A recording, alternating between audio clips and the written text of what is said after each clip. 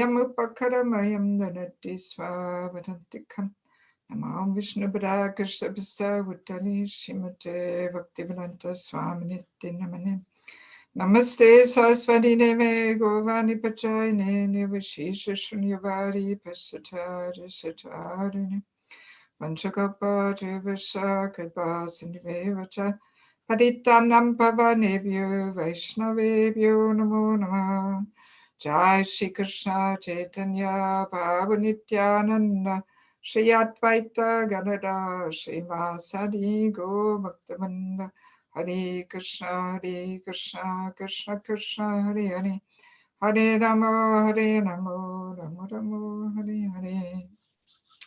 Yes, so last session on Wednesday.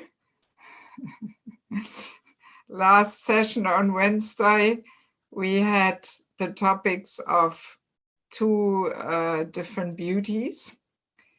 And also we had the topic of protection of a woman, right?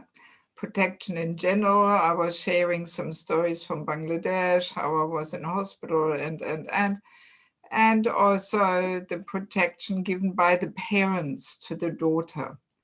That this is such an important topic, you know, which keeps the whole atmosphere pure in society, actually, if the girls are protected, and it keeps her peaceful. And I mean, just to add in this regard to this topic, I really strongly feel that we have not recognized enough this importance of protecting the ladies in ISKCON, that we help the ladies to find a suitable husband. I consider this one of the important, or if not most important, aspects of devotee care and so on, that actually every community should have a matchmaking committee where they help to find, you know, spouses for the devotees, you know, especially for the ladies, but of course also for the men, you know, naturally, but because it is such an important topic for the ladies, otherwise their minds are often so preoccupied with this whole topic, where to find shelter and so on. So if they don't get that protection and that help, it leads to so much disturbance in the lives of the individual devotees, and also it disturbs the whole communities, you know, because all this hunting, fishing going on, and the atmosphere is contaminated, and then often people get together within incompatible partner, and then they separate again, and then we have more single mothers. And I mean, my God, this is such a big topic. I mean, even here in Germany, we are facing quite a bit of a problem with this, and I made some humble attempts to start a matchmaking committee here in Simhachalam and so on, you know. So I just want to add that, because I think I didn't emphasize this maybe enough last time, how important this is, you know. Of course, traditionally the parents were supposed to do this, but unless, you know, devotees are born into Krishna consciousness and their parents are devotees, you know, then other devotees, senior devotees, mentors, they have to play that role, and it has to be clearly recognized that this is such an important thing, you know. Yeah, just to add that to the last week's session, not last week, but last session. So today we have again two interesting topics.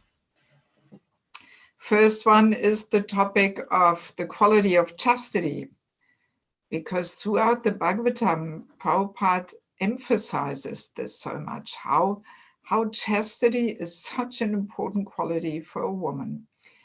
And yeah, I mean, often we just read over these things and, you know, we hear these things, but we don't deeply understand it actually, you know. And let us remember, maybe I have mentioned this already, I can't remember, but let us remember that this quality of chastity in these modern days, it is almost unknown. People don't know what it means. You know, I remember distinctly, this is already about 13, 14 years ago, last time when I was in Australia. And I was at a Sunday program and I was sitting at Prasadam next to some newcomers who were the first time at the temple. And they asked me so many questions. And, you know, then somehow I mentioned this term chastity. And then one of the ladies looks at me with 1,000 question marks all over her face. And she says, chastity? What's that? You know, and it was not a problem of her not understanding English or something. She never had been outside of Australia, so it was the only language she spoke. But she could just not at all relate to this term chastity. Because again, this day-night principle, you know, which accompanies us through the whole seminar. What is the highest in spiritual life, namely that a woman has that chastity, it's considered to be the lowest in material life. Amongst non-devotees, nobody strives for this quality of chastity. And people don't even use the term, you know, the vocabulary of chastity. This is unheard, unknown. People don't use it. And it's the same in German language, you know, Keuschheit, it's in German. I mean, that sounds like something from the Middle Ages, you know. Yeah, really. You know, I really would like to one day go into a German city here. The next bigger city is Munich here, and do some little survey in the street, you know, and ask people, oh, excuse me, what do you understand under chastity, you know, and you record. And is this an important quality for you? Or the man can ask, you know, would you describe this as an important quality in your partner? You know, it would be very interesting to hear what people answer. You know, I really think we would all have a good laugh because people wouldn't even understand what it means, you know. But yeah, in spiritual practice, it's really a very important quality to develop for a woman.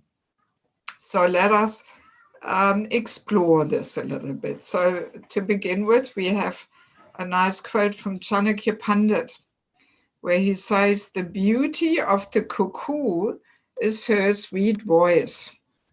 The beauty of a woman is her chastity. The beauty of an ugly person is his knowledge. And the beauty of an ascetic is his power of forgiveness. So, of course, this is enough, you know, topic for a whole separate seminar. But yeah, let's just only look at the beauty of a woman is in her chastity. You know, even that, again, I only learned to understand and appreciate in Bangladesh, because there the ladies have such deep chastity ingrained into their hearts. It is really amazing. And that makes them like into a different species of women.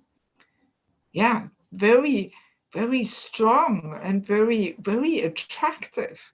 I mean, it's really quite something, you know, something you don't find anywhere else outside of Bangladesh, I would say, that deep chastity, you know.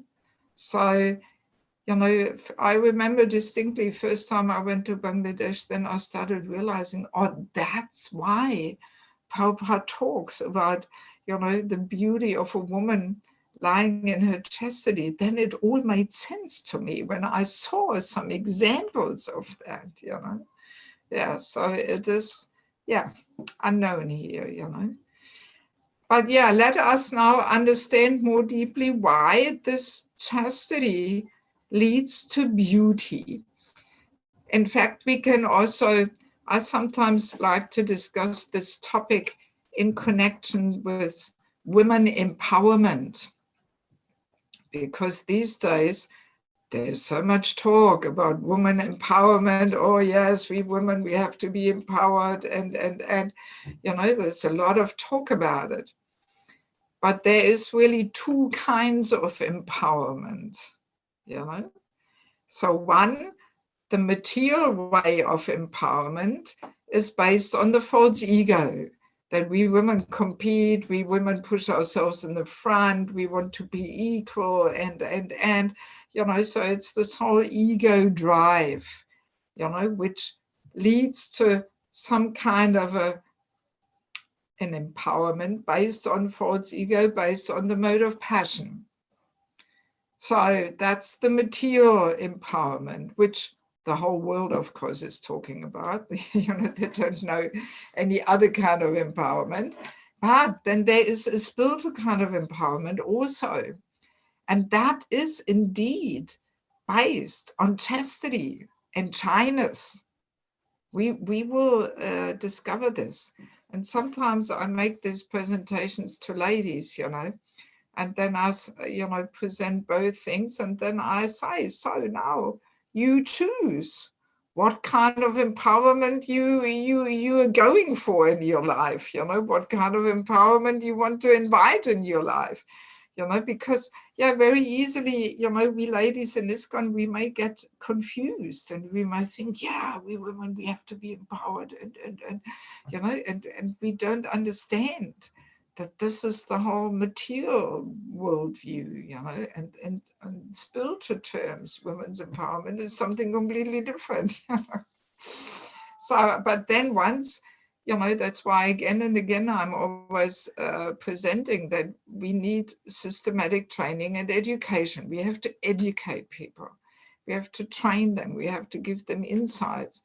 And then we empower them to make a conscious choice what they want to invite into their life, you know. But if this training and education is not there, then very easily we just go with the flow. We think, you know, whatever is modern and progressive and cool, you know, oh yeah, we need it too, you know, and we don't realize that we invite so many mundane and materialistic elements into our life, which are based on the opposite worldview that we want to cultivate, and therefore it will always pull us away from our focus on Krishna and our spiritual aims and goals in devotional life, you know. Yeah, so in any case, this topic, you know, we can very nicely connect with this matter of women's empowerment. So let us get some insights here. So we have almost like a mathematic formula we can put up. We can say chastity equals tolerance plus shyness. These shyness, yes. If you have the materials there, it is mentioned also in there, you know. So we can say, you know, tolerance and shyness. These are the two tools with which a woman cultivates chastity, tolerance and shyness. So let us understand this more deeply. So why tolerance? How is tolerance connected with chastity? So we can understand, you know, tolerance means that the false ego is subdued, that the false ego is a little dissolved, because what stops us from tolerating is the false ego, nothing else. The false ego rebels and protests and demands and complains and so on, you know. So unless a woman is tolerant, she will not be chaste. She will not be able to be chaste in her married life. You know, she will not be able to be a chaste wife, because if she has not learned to tolerate, then at every slightest, you know, inconvenience or any slightest provocative challenge and situation, she will explode, she will demand, she will, you know, complain and maybe even pack her bags and walk out or something, or say, oh, I had enough, why should I tolerate this nonsense, you know. And I mean, Yeah, I'm just trying to think. Actually, yes, I think I haven't showed you the False Ego book there for those who haven't got it yet, or for those who hear the recordings later. The False Ego, a Constant Companion and Troublemaker. So there I do have also a whole chapter on tolerance. And also, of course, in this book, Spiritual Culture, which is exactly the seminar, there's also a whole topic on tolerance in connection with this discussion on chastity. You know, so tolerance is a highly important quality to develop. It's directly the criteria with which we can measure a person's spiritual advancement and spiritual strength and how tolerant a person can be. You know, because as we said, it means the false ego is already a little dissolved and subdued. So that's a sign of advancement. So, but whereas in material life, tolerance is seen as a complete weakness, you know. Non-devotees think tolerance, you know, you can't stand up for yourself and defend yourself and fight for your rights and so on. This is not what people strive for, to be tolerant, you know. And often even amongst devotees, you can hear these comments, I'm not going to tolerate this nonsense. How long should I tolerate this? I'm going to walk out, I get divorced and blah, blah, blah, you know. So that is seen as strength. That's with material eyes, that is seen as glorious and being strong. Whereas with spiritual eyes, it is seen as weakness. She can't tolerate, you know. And with spiritual eyes, the strength is to tolerate. And short term, with material eyes, we may look like the loser if we tolerate, but long term, when we're facing death, you know, we will be victorious because our false ego is dissolved and we will sneak off back to Godhead through the back door, you know. So, yeah, so we have to learn to see things with spiritual vision and not with this mundane vision, you know. And I mean, a very nice example from the Bhagavatam of tolerance is, of course, Prahlad Maharaj and Haridas Thakur, but also in regards to the man-woman relationship, Devahuti, you know, the wife of Kadama Muni. So Devahuti, she was a princess coming from, you know, the royal palace of Swayambhuva Manu. And but her husband, Kadama Muni, he was a really renounced sage who was really living very simple, very austere, you know. And the way Devahuti tuned into his mood and followed in his mood, tolerating, you know, even though she was a you know, a spoiled and pampered princess. And then when she married Kadama Muni, she was, you know, almost neglecting herself, just serving him. And, you know, she was becoming very skinny and her cloth was torn and so on. And she just fully tuned into his mood, you know, and with the highest level of tolerance.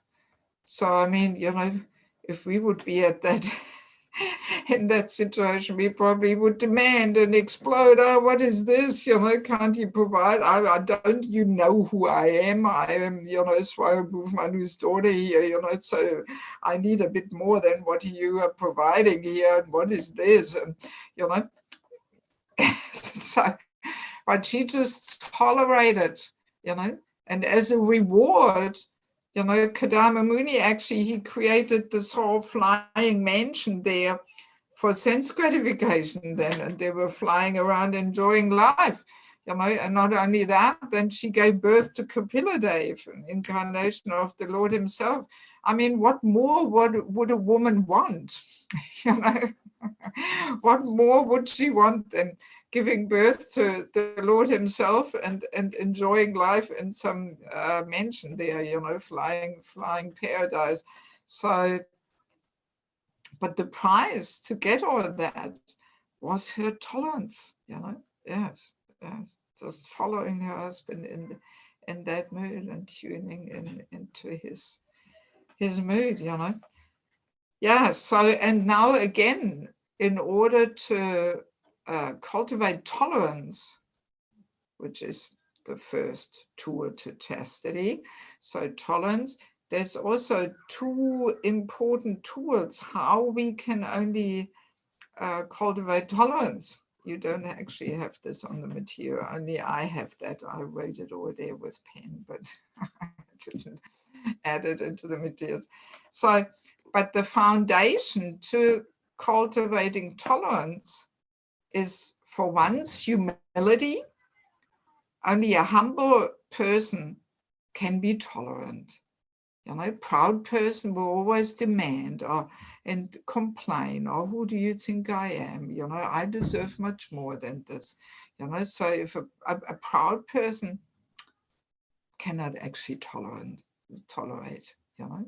I like to see humility in many ways as a primary quality in spiritual life, and then humility manifests in secondary qualities, you know. Like, for example, tolerance. Without humility, there's no question of tolerance. Or without humility, there's no question of gratitude. There's another secondary quality of humility, you know. Proud person will never be grateful for anything, but a humble person will be grateful for anything, you know. Or even patience, you know, in order to be patient, we have to be humble, actually, you know. So there's so many secondary qualities how humility practically manifests, you know. So yes, humility is one of the prerequisites to cultivate tolerance, but then there is a second one, and that is actually faith in Krishna. Without faith in Krishna, we cannot tolerate, you know. Only if we have this faith in Krishna that we can see our situation connected with Krishna being in control and making this arrangement, you know, that we see, well, there must be some reason why Krishna puts me in this situation. Not a blade of grass moves without him being in control. So there must be some reason why I have to put up with all these challenges here. So only with that vision can we cultivate tolerance. But if we don't have that faith in Krishna, we will not even be able to connect our situation with Krishna being there and trying to teach us something. We will not be able to see, we will not even think about this, that maybe there's some reason why Krishna puts us in this situation. Maybe we are meant to learn something here. We will not even see this. You know, that requires faith in Krishna. Only then we can have this vision, you know. Yeah, so we can say humility and faith in Krishna. These are the two tools with which we can cultivate tolerance, you know. And I mean, often we hear, you know, that women are not meant to perform austerity. This is only for men or something, but this is not a fact. You know, no, I don't agree with that at all. I mean, look at Devahuti, my God, you know, she you know, engaged in so much austerity. And there's so many other examples also, you know. And we can really say the austerity, the field of austerities for a woman is actually family life, you know. There's so much austerities there, so much, you know, opportunities to cultivate tolerance and selflessness and forgiveness. And my God, you know, I mean, yeah, mothers, I mean, by the way, mothers will be the second topic of today's session. So we will see, you know, mothers, if a woman is a true mother and serves with heart and soul as mother, she, you know, she learns to sacrifice herself, you know, yeah, in service to her family, you know. This is really the field of tapasya for women, is family life, you know. And there, so much opportunity is there to cultivate tolerance. And we see how difficult it is, to keep a family together. We see how easily people split, and it's always easier to flee the scene and say, oh, I've had enough, let me leave. That's always the easy way out. But to actually work through difficulties, work through challenges, that's a challenge, that's difficult, and that requires tolerance, and yeah, I think our highest divorce rate, we can understand how difficult it is to cultivate tolerance. That many people, they cannot master that challenge, to actually cultivate tolerance, Yes. So that's in short about tolerance being the first tool to cultivate chastity. So now comes the second tool, which is shyness. So again, shyness, we have a very superficial understanding of what it means to be shy, Often we think, oh, just to, be quiet, that's being shy, oh, I'm too shy, I don't want to say anything, but actually, the way we use the term shyness, it's actually more describing being self-conscious, being too worried what other people think of me, and or maybe I look like a fool, maybe I look completely stupid. So when we are too worried how people, what they think of us, and then we become all self-conscious, and then, or we get flustered and we better don't want to say anything, and so on. So that's usually what we call shyness, but that's not shyness, actually. That's being mental, on the mental platform. I remember before I became a devotee, I was completely on the mental platform. I was so mental that in the street, I didn't even have the courage to stop people and ask for what time it is or which way it is to this and this street or whatever, So, and I thought this was shyness, but no, this was not shyness. This was just being mental, being on the mental platform. So there's a difference between being on the mental platform and being shy. But the way we use it in general terms, we usually mean this mentalness and being self-conscious, but actual shyness is something completely different, So let us explore what shyness actually means. So we have two nice quotes here in this section. The first one is 1st Canto, 9th chapter, verse 27. There it says, as far as women class are concerned, they are accepted as the power of inspiration for men. As such, women are more powerful than men. So here we have that point again confirmed. Mighty Julius Caesar was controlled by a Cleopatra. Such powerful women are controlled by shyness. Here it says powerful women, meaning women's empowerment here, Yes, so such powerful women are controlled by shyness. Therefore, shyness is important for women. Once this control valve is loosened, women can create havoc in society by adultery. Adultery means production of unwanted children known as Varnashankara, who disturb the world. So now, the key sentence of this paragraph, according to my understanding, is really, once this control valve is loosened, women can create havoc in society. So Prabhupada gives this very wonderful comparison of a control valve. being like shyness. Shyness being a control valve. So just to make sure everybody understands what a control valve is.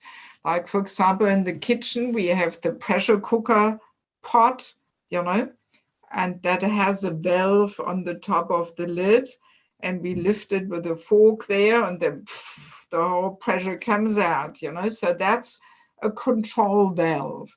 Or in the bicycle tire, you have the valve which keeps the air in the tire. So, and if you loosen the valve, then the whole air goes out, So, I find this comparison to shyness being a control valve, I find this so genius, And let us understand, what is this valve controlling? What is it controlling? Well, I give you the answer just to save a bit of time without being too interactive here. So the control valve is controlling this powerful feminine energy. This is what it is controlling. So women, by this quality of shyness, they keep this powerful energy within. So it doesn't burst out into the world, But today, as Prabhupada says, once this control valve is loosened, women can create a havoc in society. This is exactly what's going on today in Kali Yuga, because this quality of shyness, people don't strive for this. Again, it's like, chastity altogether. People don't strive for that. And shyness is also considered, she must got some psychological problem. She doesn't know how to show off and be in the center and exhibit her beautiful features and her amazing intelligence and so on. So a shy woman is considered, she's also a loser. She doesn't know how to enjoy life and be prominent and recognized and so on, So, so people don't strive for this quality. Actually, in these modern days, the women have lost their shyness. They walk around half naked in the street with mini skirts and whatnot, there's no question of shyness, Yes, people don't know what it is. So, and because this control valve of shyness is today in Kali Yuga, it is loosened. That's why this powerful feminine energy is bursting into the world and is bewildering the man and degrading everybody and contaminating the atmosphere because it's so powerful, as we were saying. Krishna has given us women a very powerful Shakti. So, and that has to be kept under control through this valve of shyness. And if the shyness is lost, then, this powerful energy bursts into the world, and disturbs the world, as Prabhupada says, creates havoc. That's really what it does, that's really what it does, Yes. So actually we can understand shyness, we can define it like this, that we say, if a woman resists the temptation to enjoy the effect of her feminine energy, that's shyness.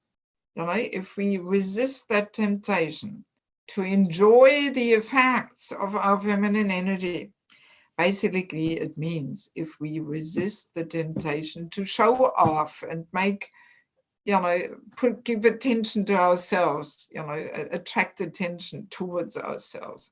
If we don't want to do this, that's shyness. So shyness doesn't necessarily mean that we just sit in the corner and shut up and we don't say anything and so on. No, that's not shyness. But we just don't want to show off like that and bring attention to ourselves and enjoy, enjoy the effect of playing around with our energy. Yes. That's shyness, that we are very well aware that we have a powerful Shakti here, but we don't want to play around with it and enjoy the bewildering effect and so on, that's shyness, yes, yes. So let us read the second quote. This is also first canto, 10th chapter, verse 16. The verse is as follows: out of loving desire to see the Lord, the royal ladies of the cruise got up on the top of the palace, and smiling with affection and shyness, they showered flowers upon the Lord. So the ladies are welcoming the Lord, and they go on the top of the palace there, and in shyness, they shower flowers as a welcome to the Lord. So now quite amazing again how Prabhupada unpacks this rather simple, seemingly simple verse, okay, what's so much there to it, if the ladies go on the rooftop and welcome the Lord, But now Prabhupada really goes into all details, Shyness is a particular extra-natural beauty of the fair sex, and it commands respect from the opposite sex. This incident from the Mahabharata period proves definitely that the ladies of the palace observed strict pada, meaning restricted association with men, because they didn't come down, Prabhupada explains. And instead of coming down in the open air where Lord Krishna and others were assembled, the ladies of the palace went up on the top of the palace and from there paid their respects to Lord Krishna by showering showers of flowers. It is definitely stated here that the ladies were smiling there on the top of the palace, checked by shyness. And Prabhupada continues, this shyness is a gift of nature to the fair sex, and it enhances their beauty and prestige, even if they are of less important family or even if they are less attractive. We have practical experience of this fact. A sweeper woman commanded the respect of many respected gentlemen simply by manifesting a lady's shyness. Half-naked ladies in the street do not command any respect, but a shy sweeper's wife commands respect from all. Shyness is a check to the unrestricted mixing. It is nature's gift and it must be utilized.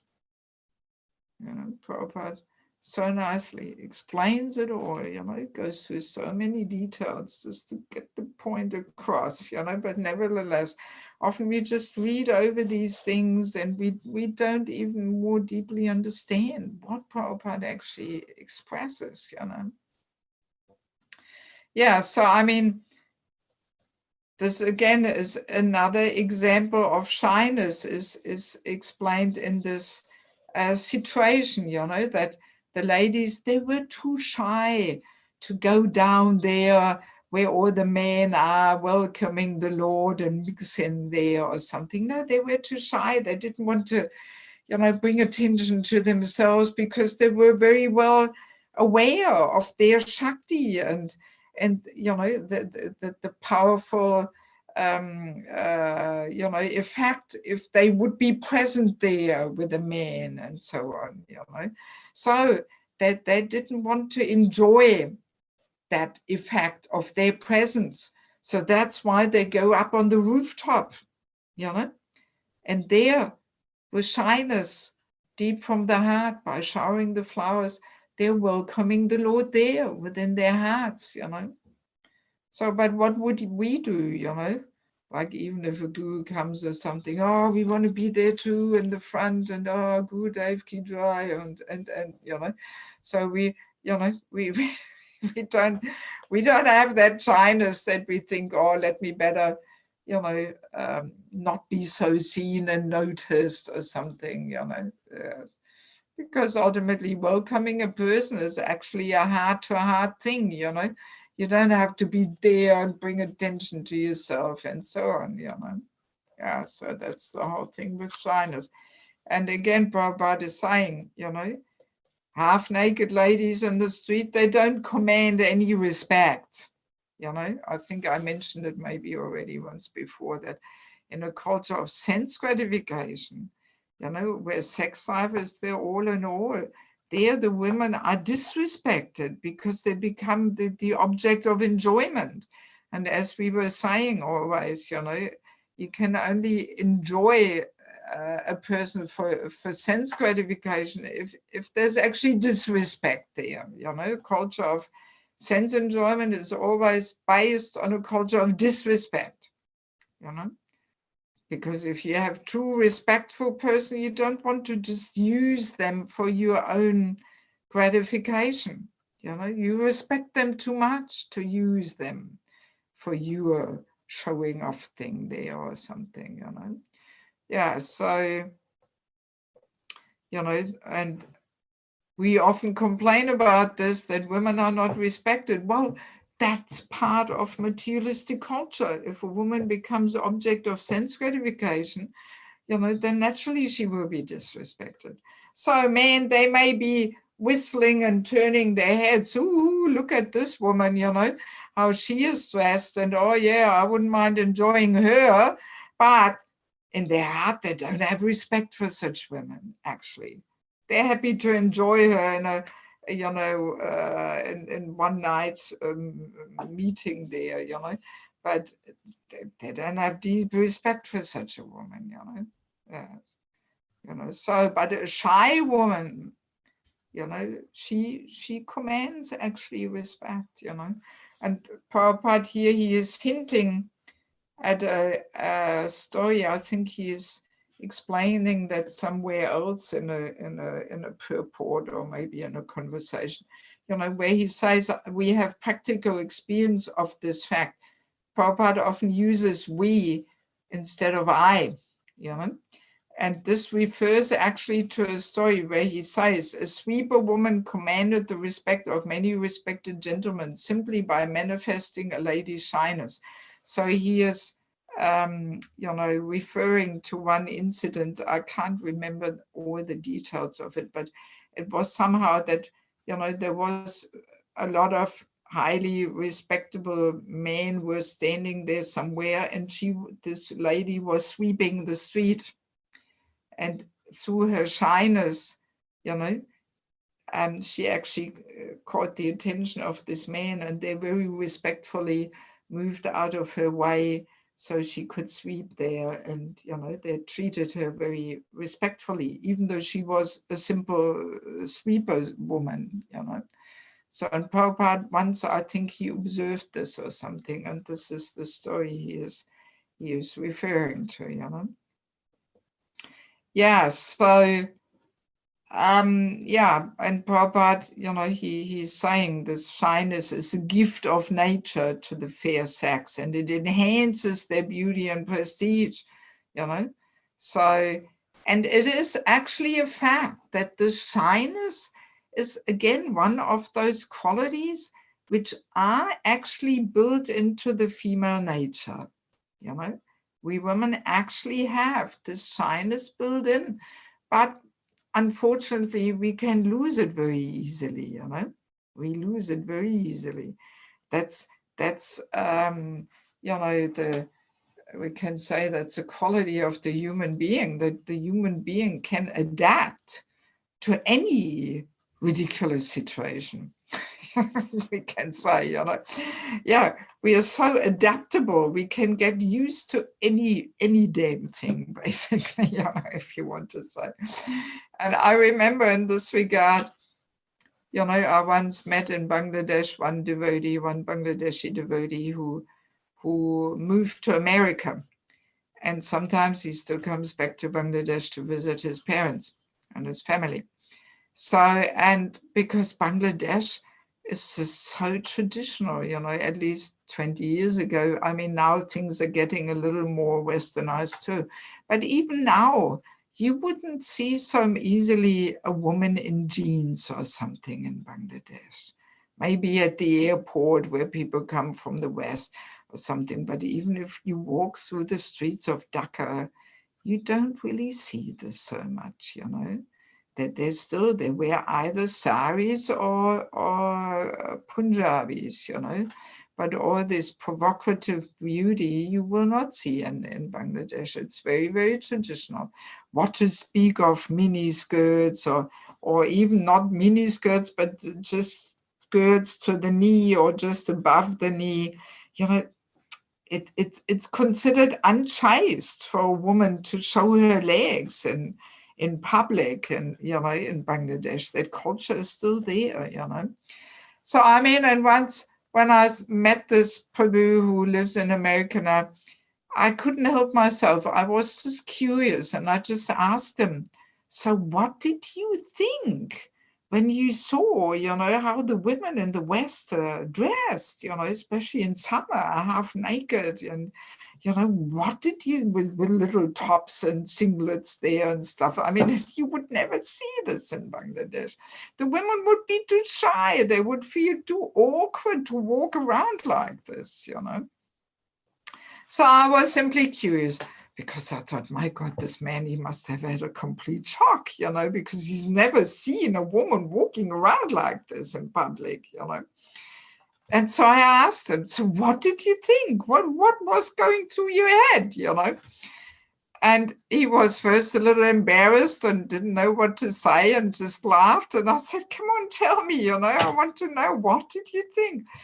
And then he kind of said, yes, Mataji, first, I didn't even know where to put my eyes. I didn't even know where to look, you know.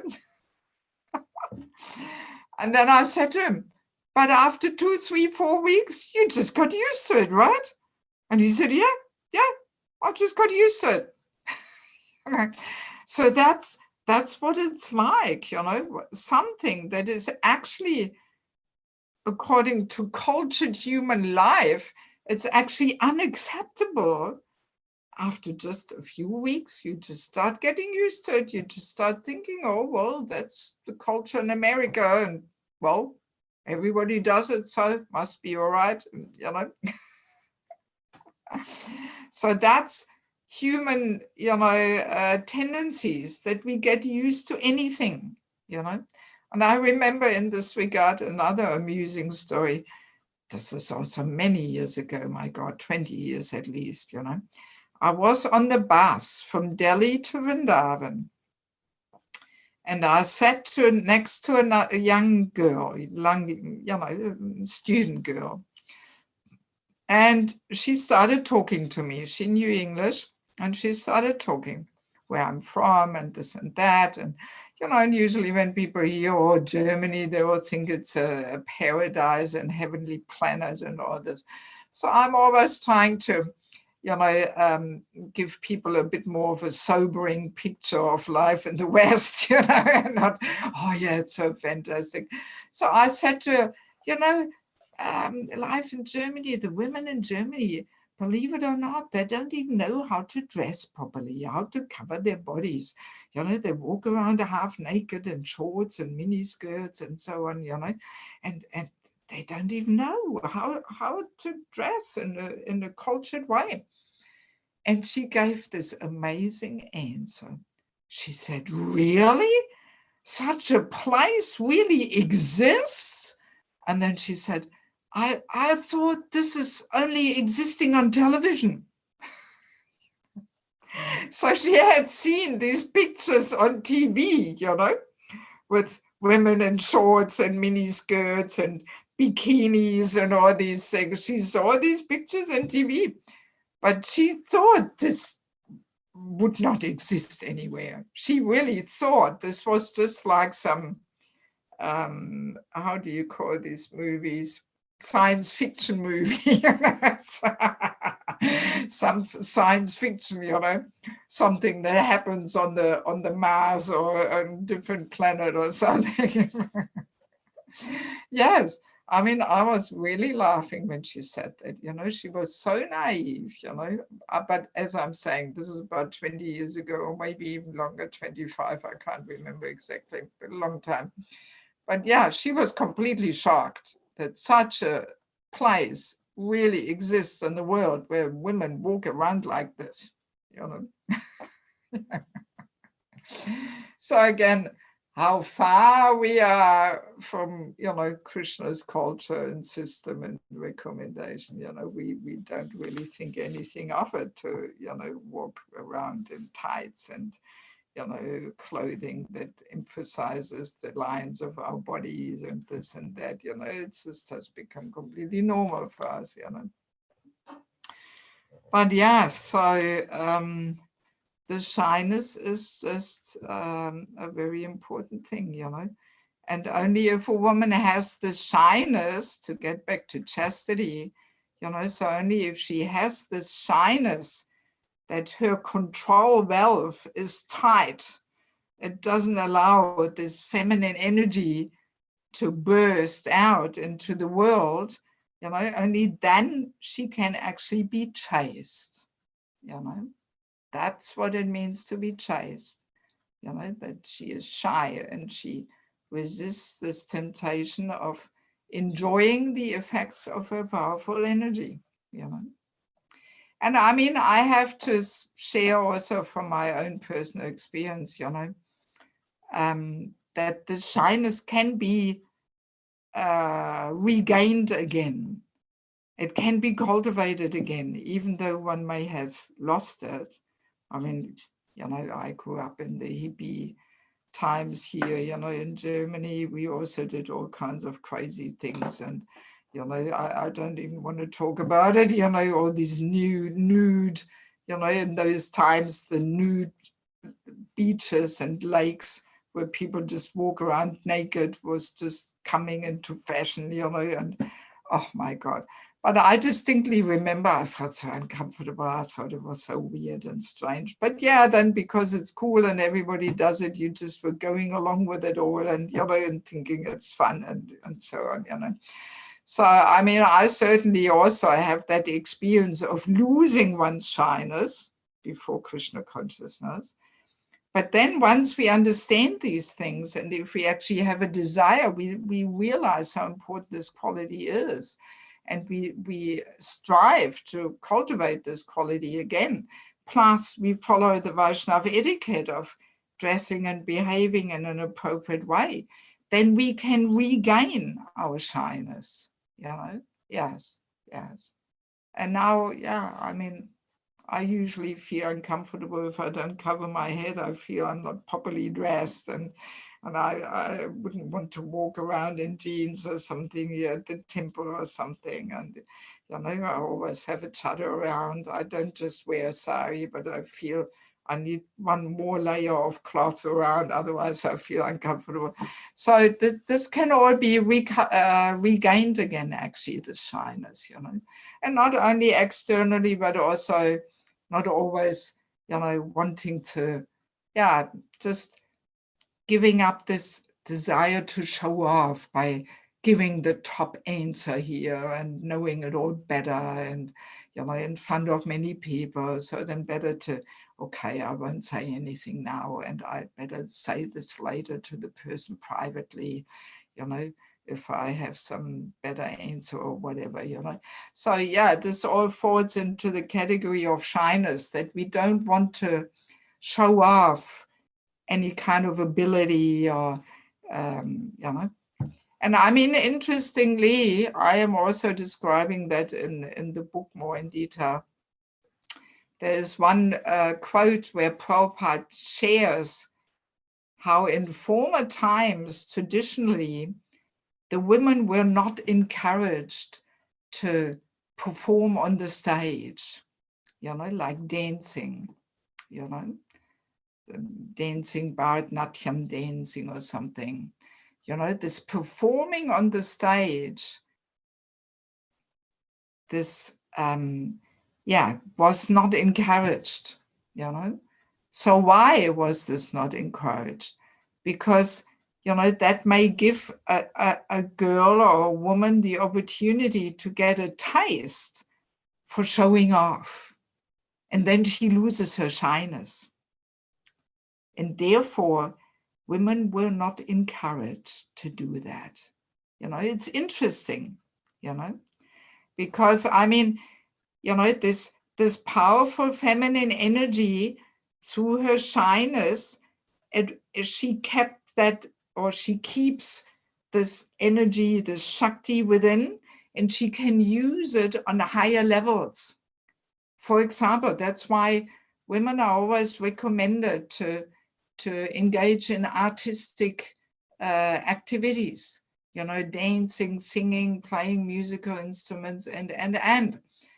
But they were not supposed to perform in public, Yes, that was just for their own personal internal development.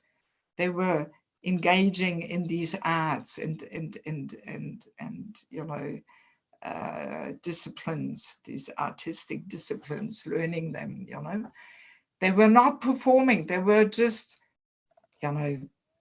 singing, dancing, just in front of a few family members and maybe neighbors or something, but never in a big audience, And Prabhupada says in this one conversation, he was saying actually dancing on the stage, that was the job of prostitutes. They would be hired, at some weddings or something where people like to be entertained with some dancing. No aristocratic girl would dance in front of a bigger audience, because they know the men, of course, they all look at the woman's body, when she dances there, they all check her out. This is what's going on, Let's be honest and frank here, So an aristocratic girl would never, exhibit her feminine beauty, and all the men are all gawking at her or what, Now, this was the job for the prostitutes. They would be hired and paid for this. But the girls from better families, they would not engage in these things, But today, the only reason why we women would want to learn any artistic talent is naturally for performing, for showing off, no other purpose, right? Because material life is all about showing off, So it's again very, very different, And yes, I'm not sure whether I told this already here in the seminar, but I think I didn't, that some years ago, I took one girl traveling with me here in Europe who grew up in Mayapur. And her parents are from Europe, but they moved there when she was 2 years old. So, and she visited Bhaktivedanta Swami's girls' school. And she had just graduated, she was 18, and her parents requested me to take her traveling just to show her a bit the world of ISKCON, because she had only left Mayapur 2 times in her life for 2 weeks just to renew her passport. She didn't know anything about the Western world. She didn't even know what McDonald's was or what a raspberry was or nothing, because Mayapur, you don't have these things. So I took her traveling, and she was also brought up like this in Mayapur, that, the girls were really trained in all different artistic, fields there. And she learned Bharatanatyam dancing. And that is quite demanding, it actually is a lot of discipline there. You have to practice, you have to, control and practice every single body muscle in your body and the face and this and that. I mean, it's quite demanding discipline, this Bharatanatyam dancing, But she had never danced in front of a bigger audience. She was brought up with that, with this shyness, I once asked her, how old were you when you still were showing your legs in public? You know, from which age on did you not show your legs in public anymore? And she said, probably 3 years, you know. With the age of 3 onwards, she never showed her legs in public. She was always covered with a skirt or sari, you know. That's how actually girls in Krishna's culture should be brought up, you know. Yes. So, I mean, she had this deep shyness and chastity in her because she grew up like this, you know. And that made her very attractive, actually. You know, I even once came, when was it? It was about 4 years ago. I came with her here to Simachalam, where I am now, you know, and still some of the boys, they remember her, you know, and they had a crush on her, they wanted to marry her and so on, you know. So she got quite a few proposals there on our journey, you know. But she was so shy. She said, "Marriage, I don't know about this. You have to talk to my parents, and this is not up to me to decide." And, you know, and because of this chastity and shyness, she had such purity and innocence and attractiveness about her, you know. It was very extraordinary, actually. You know, the people could see, oh, okay, this girl is somehow in a different mood here. You know, they couldn't even understand what was so attractive about her, but it was this quality of chastity and shyness. So, and then it so happened we visited Almvik in Sweden, a farming community, and there was a summer festival there. Samajas were there and so on. And the local girls there, they wanted to perform some dancing, you know, for all the people on the festival. There was about 180 people there and quite a few marches and so on. So, and now one of the girls of the local girls in Sweden, she had broken her toe and she couldn't dance. So she had asked this girl who traveled with me, oh, can you fill in, you know, for this dancing performance? She can't dance. So now she was really at a loss, you know. Oh, should I dance? Should I not dance? Oh my God, there's Marges there. I've never danced in front of Marges. No, I can't do this, you know. But then I could also see, you know, she was tempted to do it, you know. So I encouraged her. I said, just do it. Come on, you know, it looks a bit weird if now you refuse to fill in for this girl. Obviously, Krishna wants you to dance, so just do it, you know. So she danced. And I mean, my God, her dancing was a whole different story, you know. I mean, first of all, also from the technical expertise, because she was really trained, you know, whereas the other girls, they were just hip-hopping around there. There was not a real, that was not so, you know, expert Bharatanatyam dancing. So she was much more qualified. But the main thing which made her dancing so attractive was because she danced with that shyness. She really resisted the temptation of showing off. She didn't enjoy being on the stage there and dancing. She really kept her control valve tight, you know, and she just was really keeping everything within and just concentrating on the dancing and just doing it. And it was really amazing. And you could see it was such a contrast, you know, how her dancing was in the shyness and chastity, whereas the other girls, you could see they were really enjoying being on the stage there and showing off, you know. It was such a contrast, really, like day and night, you know, and everybody got the point, everybody understood. Although I dare say probably people didn't really understand so deeply why her dancing was so attractive, because they didn't know, you know, the whole upbringing of her, how she was trained in the shyness, and that made her so attractive and beautiful, and her dancing also so attractive, you know. Yeah, so it was quite an interesting experience, you know, which also gave me a deeper understanding of this whole topic of shyness, you know. So now, to conclude this first topic, interesting to understand that we know from the Bhagavatam that men become very powerful if they don't waste their potency, meaning their semen. This is described in the Bhagavatam, how semen, if a man, keeps the semen within, the semen goes up the spine, creates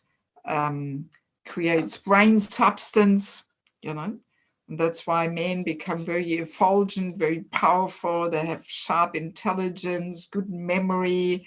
They have a lot of vitality through celibacy. I mean, the glories of celibacy is pretty widely understood, actually, even amongst sportsmen. They know, serious professional sportsmen, they know, it's good, it's advisable to be celibate for, a few weeks before they go to the Olympic Games and perform, because then their body is in better shape. So that is described in the Bhagavatam.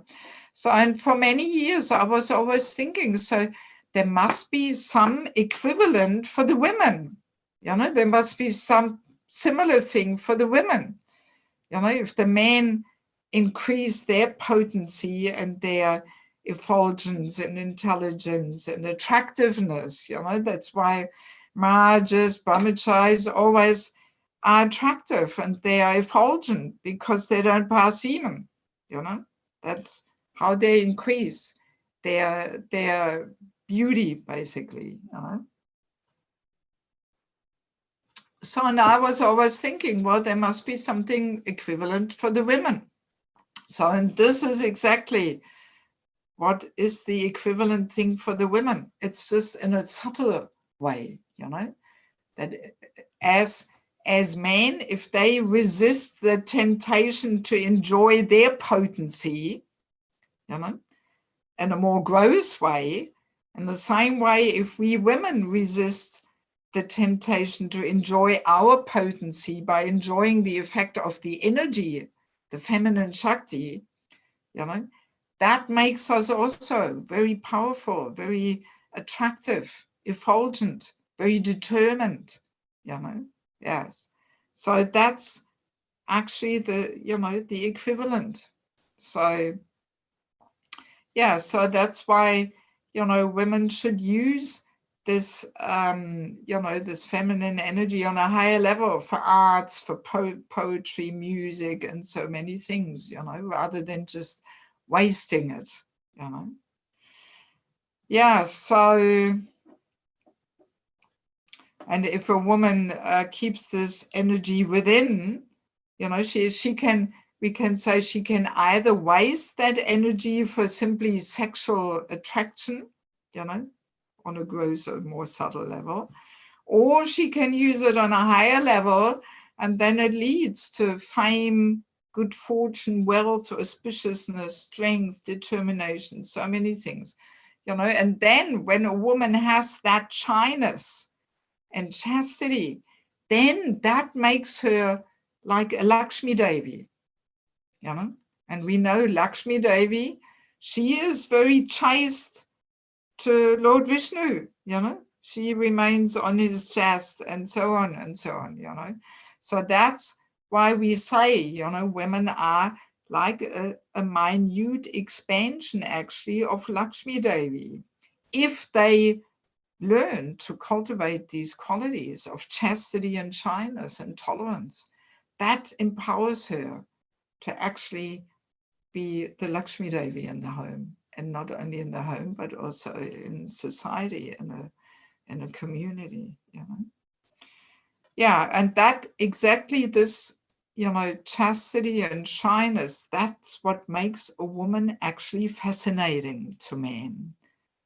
She becomes very deep and fascinating, and because she uses her Shakti for higher purposes, and then she develops a deep internal life and deep qualities, and a man will be forever fascinated by her. He will never be able to work out how she ticks and what is there deep in her and so on, So Yeah, and I dare say then also I could imagine our marriages also may have more chance to actually stay strong and stable and harmonious if women actually cultivate this chastity and shyness, and they become very fascinating to their husband, you know.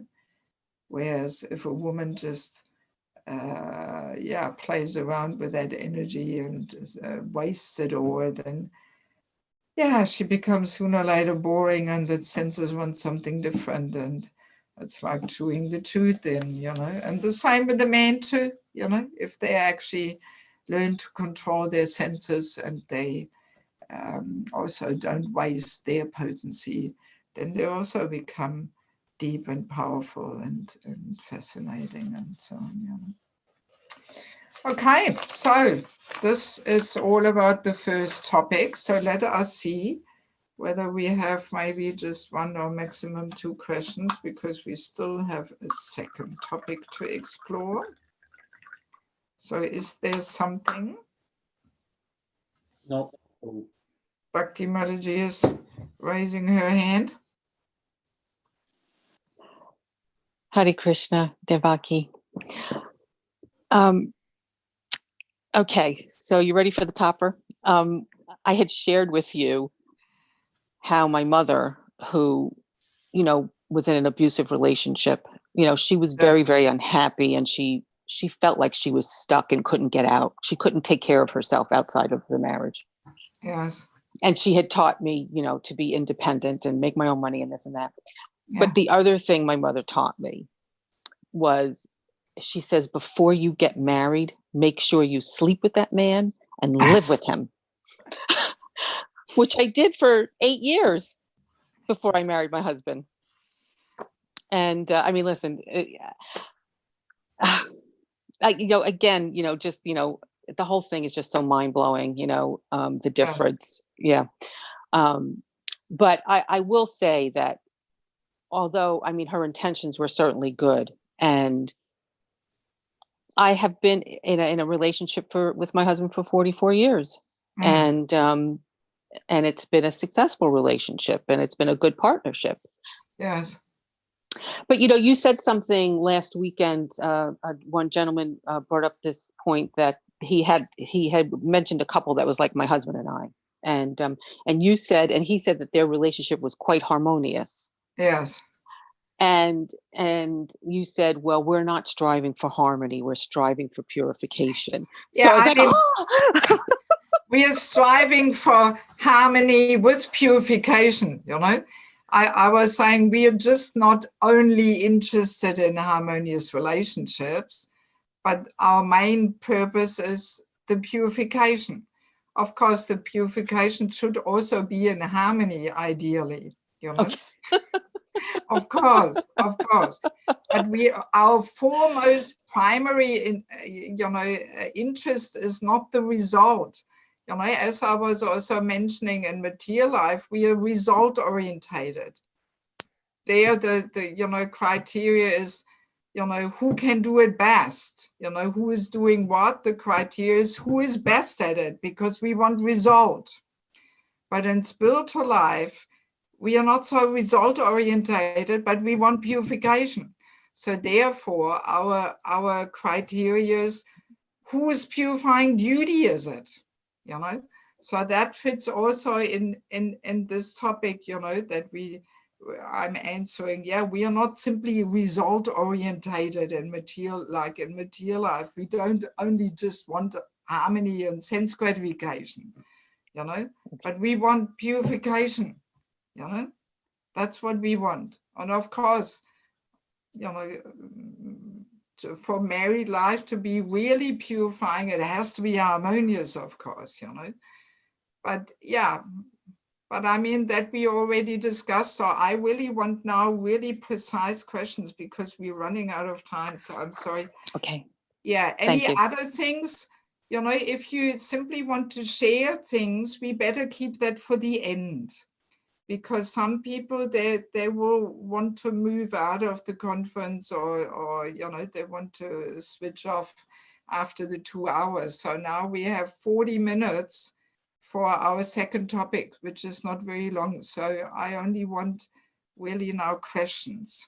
So do we have any precise questions just about this topic of, chastity? No questions in chat. Okay. All right, so then let's move on. So next topic is also a bit of a controversial one, but actually it's not so controversial, at least for me not. But the topic is how to address women. Is it Prabhu? Is it Prabri? Is it Mataji? Is it Devi? Oh my God, I mean, amongst many devotees in ISKCON, this is a highly controversial, intense topic, And I have to admit, for many years, I was also a bit at a loss how to actually address women, And I remember when I joined in Australia in 1985, we were calling each other Prabhu. That's how I grew up in Krishna consciousness, because we were told, well, we should see each other as master, we should see ourselves as servants, so that's why we call the other person Prabhu. So, and then, when was it, in 89, just a couple months after I got married, we went to Latvia to preach there. And I actually tried to introduce this, that the women can call each other Prabhu. But it was just not accepted. It just didn't go down very well, no matter how much I was trying to tell them.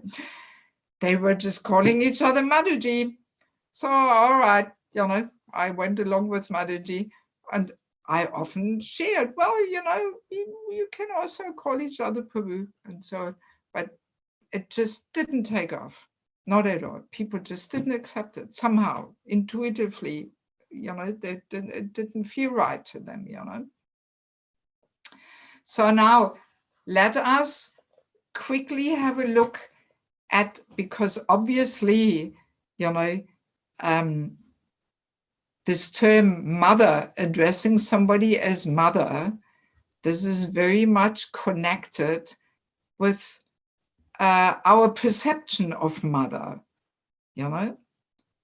And again, in materialistic culture and in spiritual culture, the position of mother is very, very different.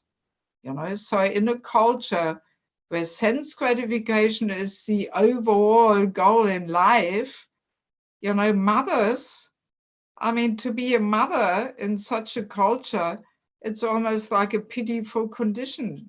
She's the slave at home. She can't enjoy life. She can't pursue her career and be successful and earn lots of money to, enjoy life. Just to be at home as a mother, this is almost like a disgrace. People often feel embarrassed. I am only a mother and housewife. People feel almost shameful about it. Yes. Yeah, so being a mother in material life and its culture, she has she doesn't get any appreciation. She's not valued and respected. And, she's the poor thing at home who has no rights and is exploited and works like a slave, And I mean, just one funny little story, which I once heard of Bhakti Chaitanya Swami Maharaj. He gave a lecture in Mayapur in Bhagavatam class.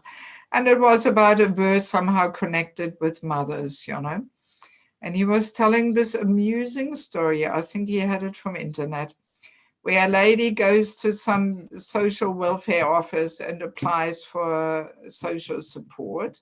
And she has to fill in a form. And there's this question, your profession. And she writes there, mother and housewife. So, and then when she gives hands in the form, the guy behind the counter says, sorry, mother and housewife, that's not a profession. You cannot write this.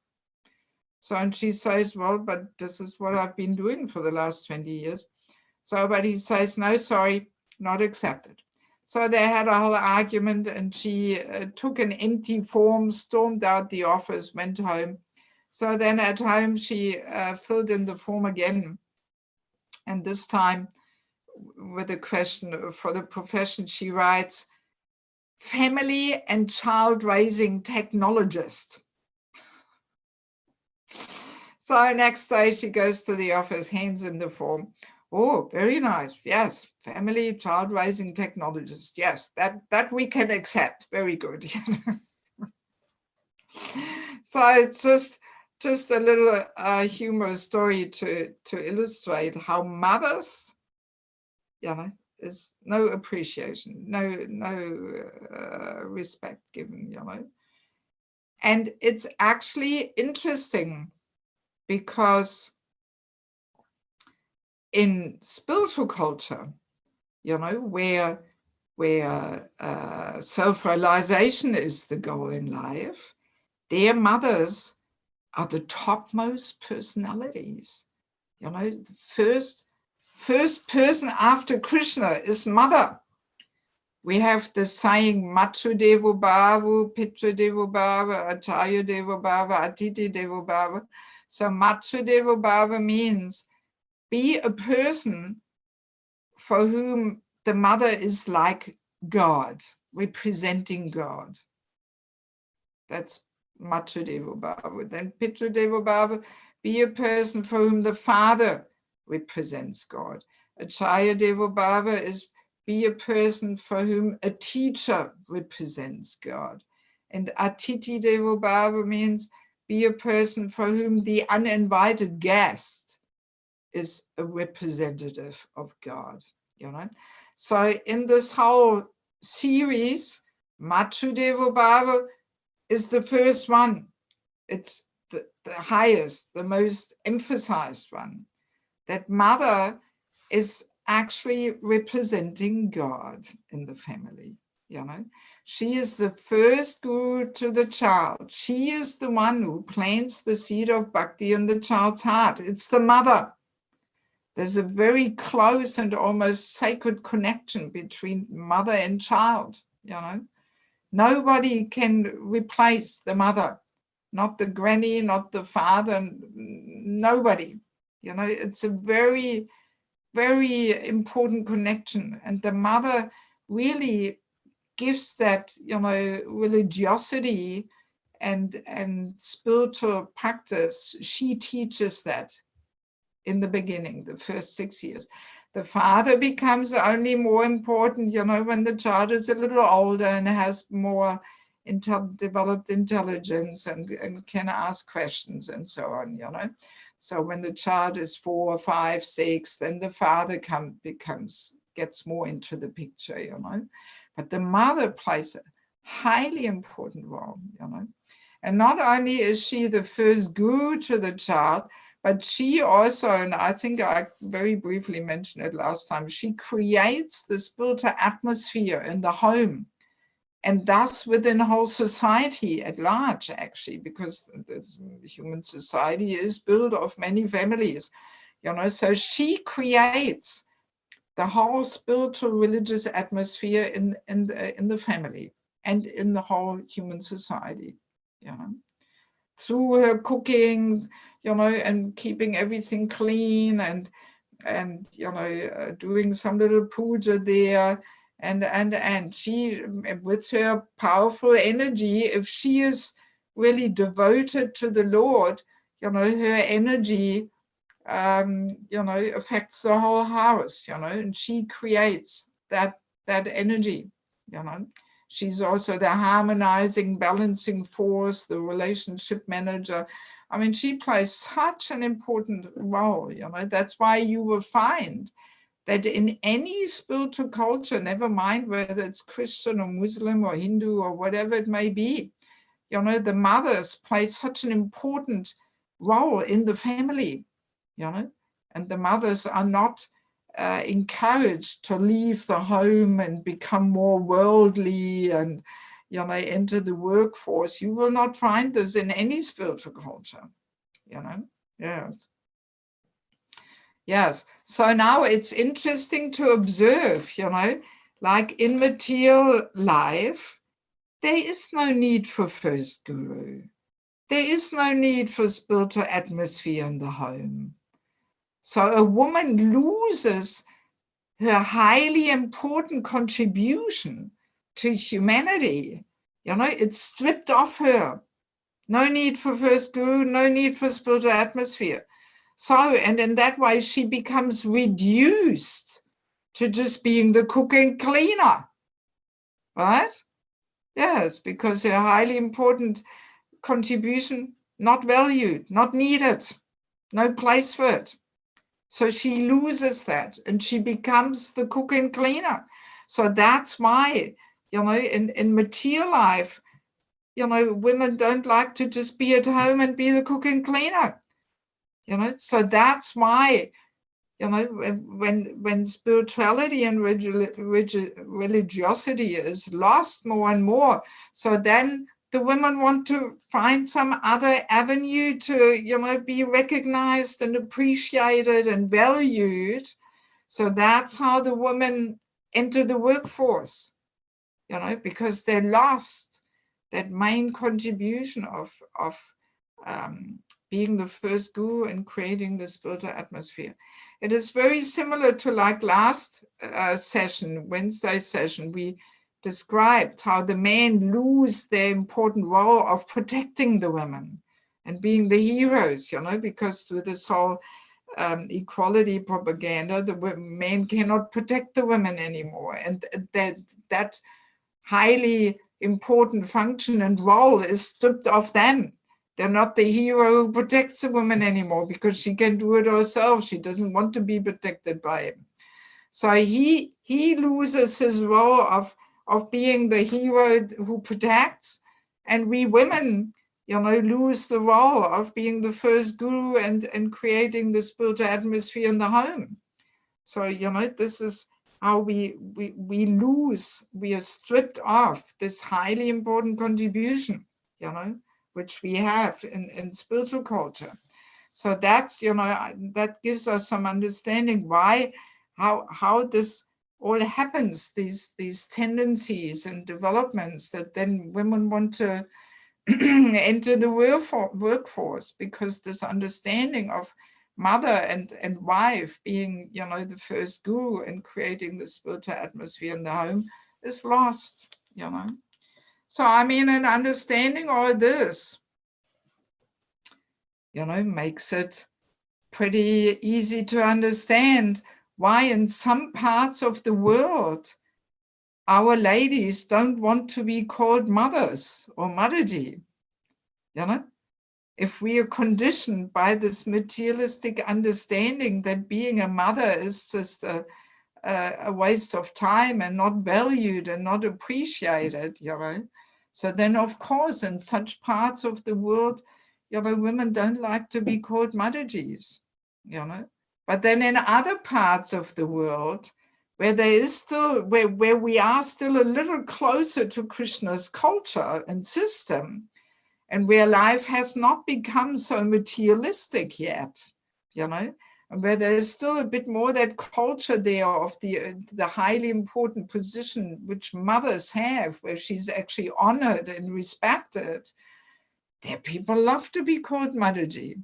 You can really, I'm traveling in so many parts of the world, so I can very clearly observe this, And also, I dare say, and I hope nobody gets offended hear me saying these things, I dare say it also depends a little bit, on how much, spiritual culture is simply still there and lingering in the air. Like, for example, here in Germany has, a long heritage and tradition of spiritual culture.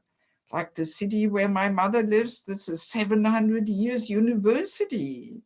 There were, a lot of poets and writers and philosophers that lived in the city, and there's a lot of old churches and monasteries and this and that, so you can, even though today, of course, Germany is also pretty materialistic, but still that heritage and past of the spiritual culture is still lingering in the air. You can still feel it. With a little bit of imagination, you can understand what life was like 100 years ago, where people were more God conscious. Every village has a beautiful church in the center of the village and so on, But then you have other parts of the world where nothing is much older than 200 years, like Australia, New Zealand, America, Yeah, there's a whole different energy and vibration in such country, Yeah, it's very clear, very clear.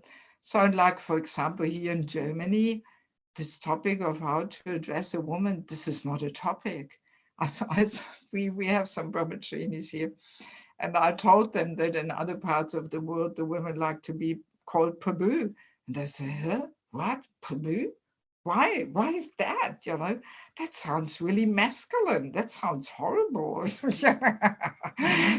They can't even relate to this, and it's not because I was preaching this or something. No, it just has never been, that trend has never come to Germany somehow, Yes. And also, South European countries here, Spain, Italy, all these countries are, there's quite a bit of, religious culture and heritage there, with a lot of beautiful churches and so on, So, yeah, and that whole environment, there is still more understanding of mother there, what an important role it is, So, yeah, so all these things, of course, lead, to a whole different mindset, that in some countries where we're still closer to Krishna's system, a woman would want to be called mother, Yes. Yes. I mean, when somebody, just to share with you, when somebody calls me Prabhu, of course, I don't mind and all that. But deep in my heart, I feel I am reduced to be only Prabhu. A woman who has insights into the sweetness and into the beauty of Krishna's culture, feels reduced to being Prabhu. Mother is so much more than that. A mother is always master, but she's so much more than that. She's mother. The affection, the respect that mothers get, and the affection, is added. It's like in the rasas, we have Dasya is kind of the lowest one. Then comes Sakya, friendship. Then comes parental, Vatsalya. Vatsalya rasa is higher than Dasya. So Dasya is the servant master mood, but Vatsalya is the mother's mood, Yes. So a woman who has insights into these things would not feel so nice to be called Prabhu, actually.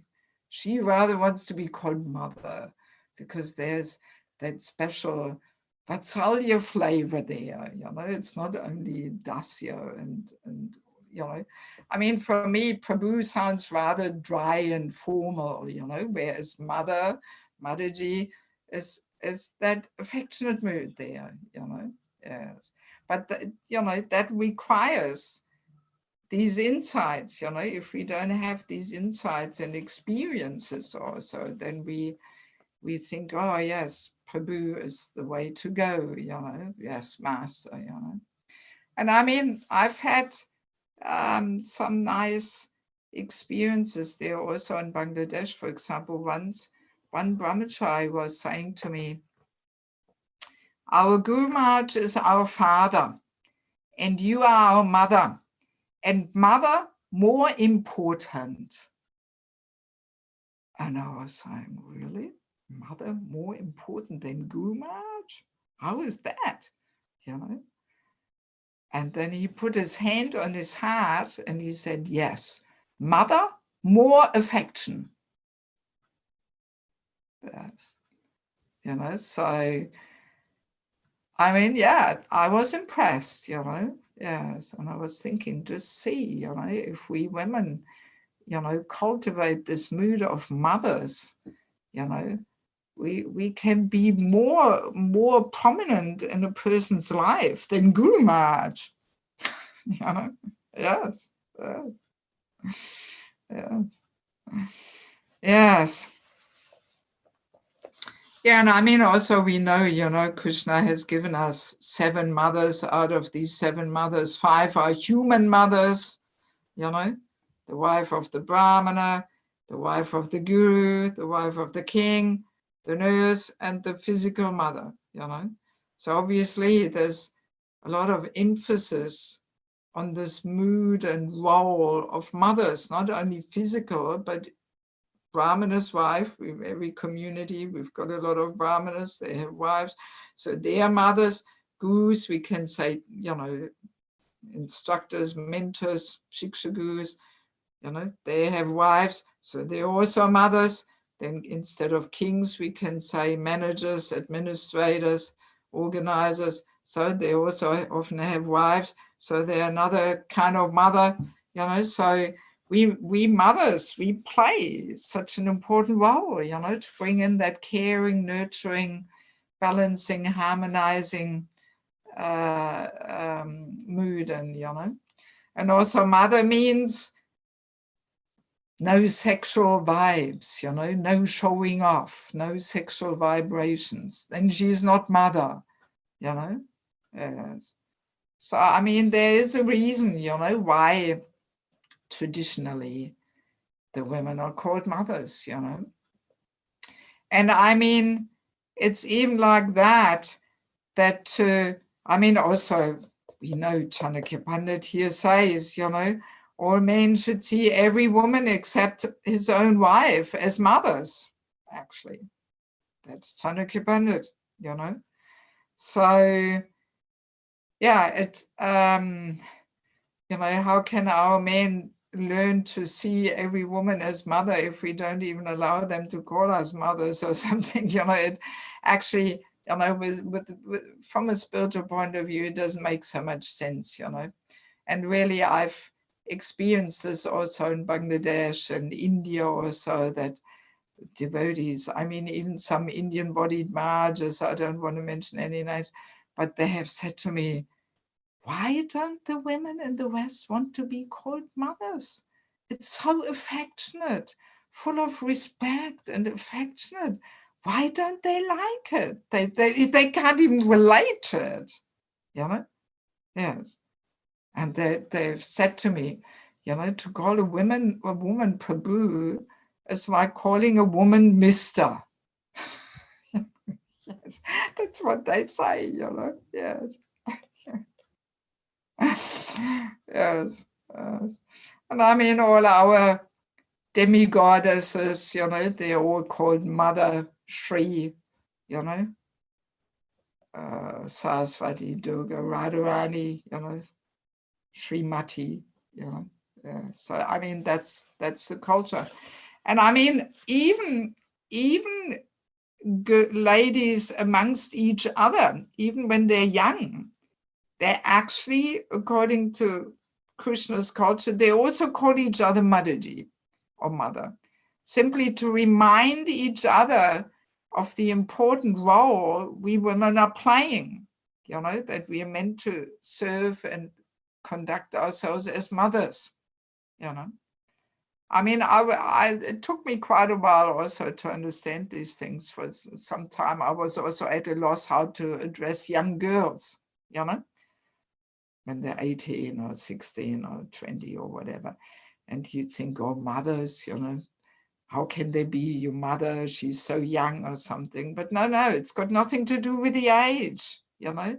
It's simply the mood, you know.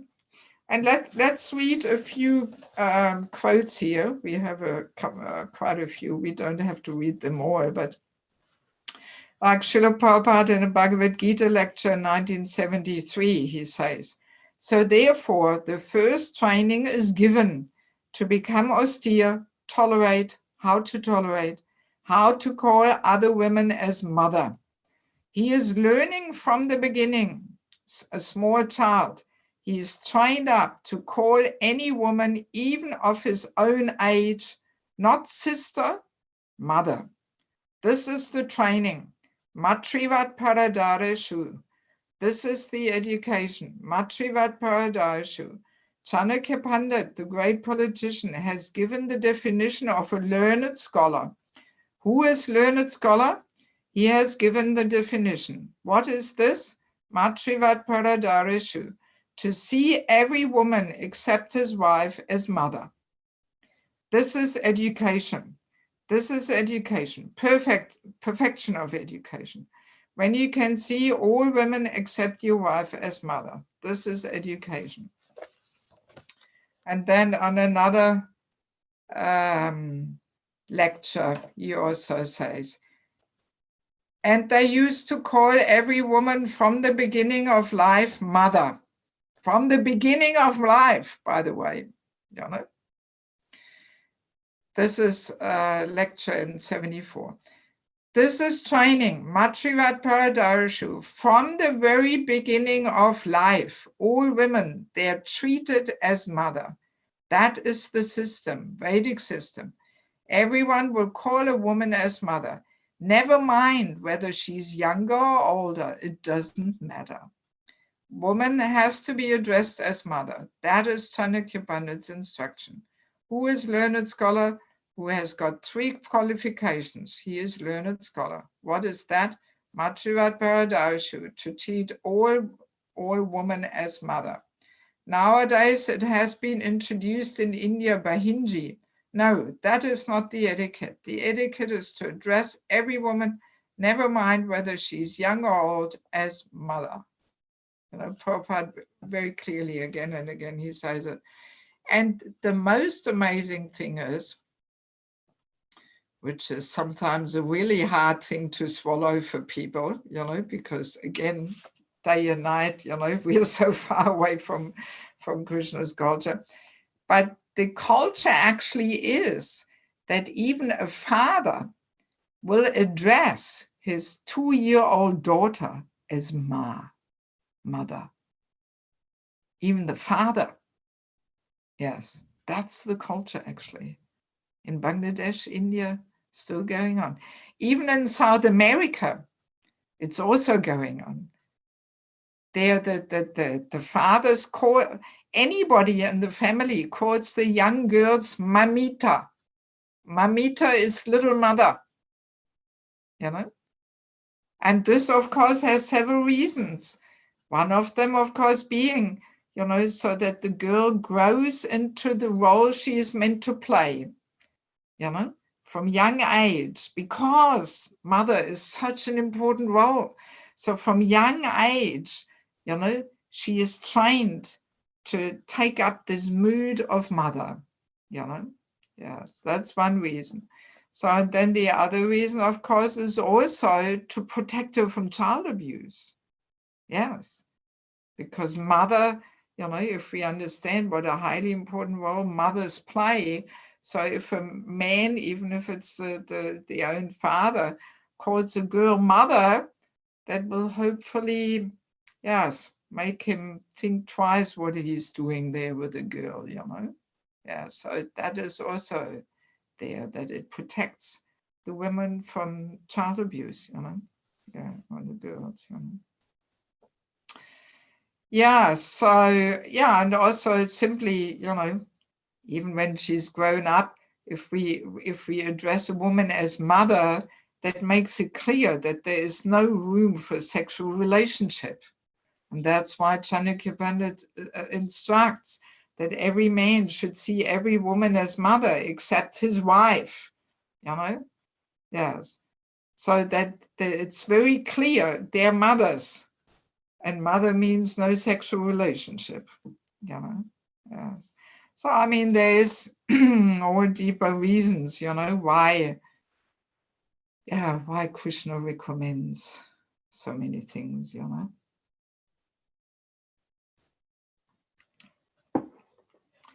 Of course, one thing which is a little, which is a little maybe heating the controversial topic is that Prabhupada did call some ladies Prabhu. So how to understand this? That's actually what brings often the confusion in, that, it is a fact. He did address some ladies with Prabhu, So one thing we can say, we have to discriminate between detail and principle, So the fact that Prabhupada addressed some ladies Prabhu, that's a detail.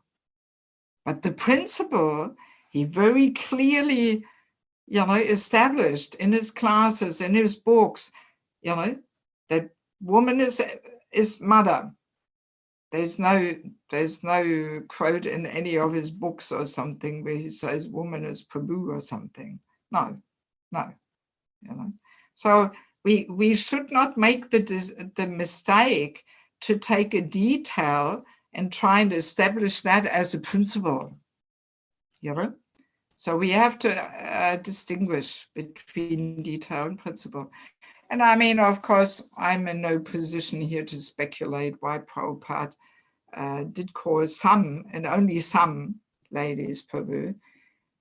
But in any case, let us remember that in the beginning of ISKCON, the women were often very badly treated.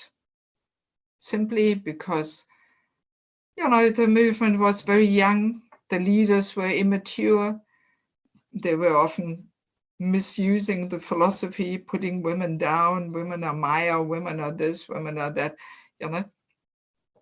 And I mean, I've heard stories from Prabhupada disciples that sometimes the ladies only got prasadam at the end, whatever was left, and this and that, So, that there was a lot of, bad, disrespectful attitudes towards women, and also plainly mistreating them, So, and to call a woman Prabhu, I dare say, this is one attempt to actually try and establish the respect a woman should be given,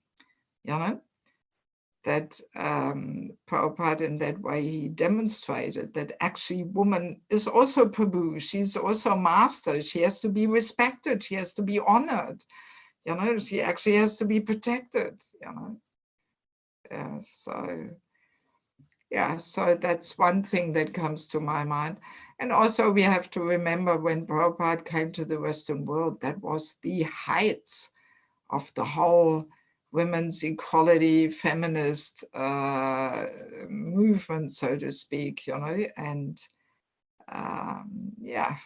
this could also be one reason why Prabhupada sometimes called women Prabhu, because at that time also we were not ready for any spiritual culture here or something. It was really the pioneer days, and it was not the time for this more fine-tuning of the process of bhakti, and having the more subtle, deeper insights and so on, So, but in any case, so there is a bit of a confusion there with this whole how to address women, But yes, I mean, my approach is always, as I'm always again and again saying, so let us respect, where we are standing, and understand, okay, in some countries, Prabhu, there's still, not so many insights there into spiritual culture. But then as we get more training, we get maybe some experience, we get some deeper insights, as I'm saying, a woman who has deeper insights and experience of the beauty and sweetness of spiritual culture would not want to be called Pabu. It's just like that, what can I say, Yeah, because she realizes mother so much more affection and sweetness and so on. And I've experienced that in Bangladesh. I mean, people there not wanting to glorify myself, but because I've been involved there for so many years, and I'm seen and known as the mother of Bangladesh there, and there's so much affectionate dealings, taking place, because people are not, they're not so traumatized by all these lusty impressions and so on, and and even the men, they're not so traumatized, and they don't feel threatened by showing affection, Of course, all according to etiquette and so on. But as I was sharing that, this Brahmachari put his hand on his heart and said, yes, mother, more affection. I mean, my God, no Brahmachari in the Western world would dare to say something like that, Yes, but in Bangladesh, because the culture is so strong and people are not tortured, and traumatized by all these lusty impressions, they don't need to put all these guards up and so on. They don't feel threatened so much, and there's so much more room for affectionate dealings, and so yeah, so whenever I arrive there, they always, oh, our mother is coming, and then sometimes they say, oh, we felt like orphans without you, and it's very sweet, yeah, so sweet, Yeah. Yes, okay, so let me see. I'm just looking at my paper here, whether I forgot anything. Yeah, no, I think that's basically the main thing. Yes. Yeah, and I mean, just to conclude, I can say even in the role as a preacher, you can also really have this mood of mother, and it's, it basically also means mother is not competing, mother is not competing with a man, but she is happy to be the mother who facilitates and harmonizes and serves, and the mother wants the men, her sons, to be glorious and in the front and so on, that's mother, she keeps us, a mother's mood is I'm last, everybody else is first, that's mother's mood, So even as a preacher, we can have this mood, and it is much more appreciated and welcomed by the men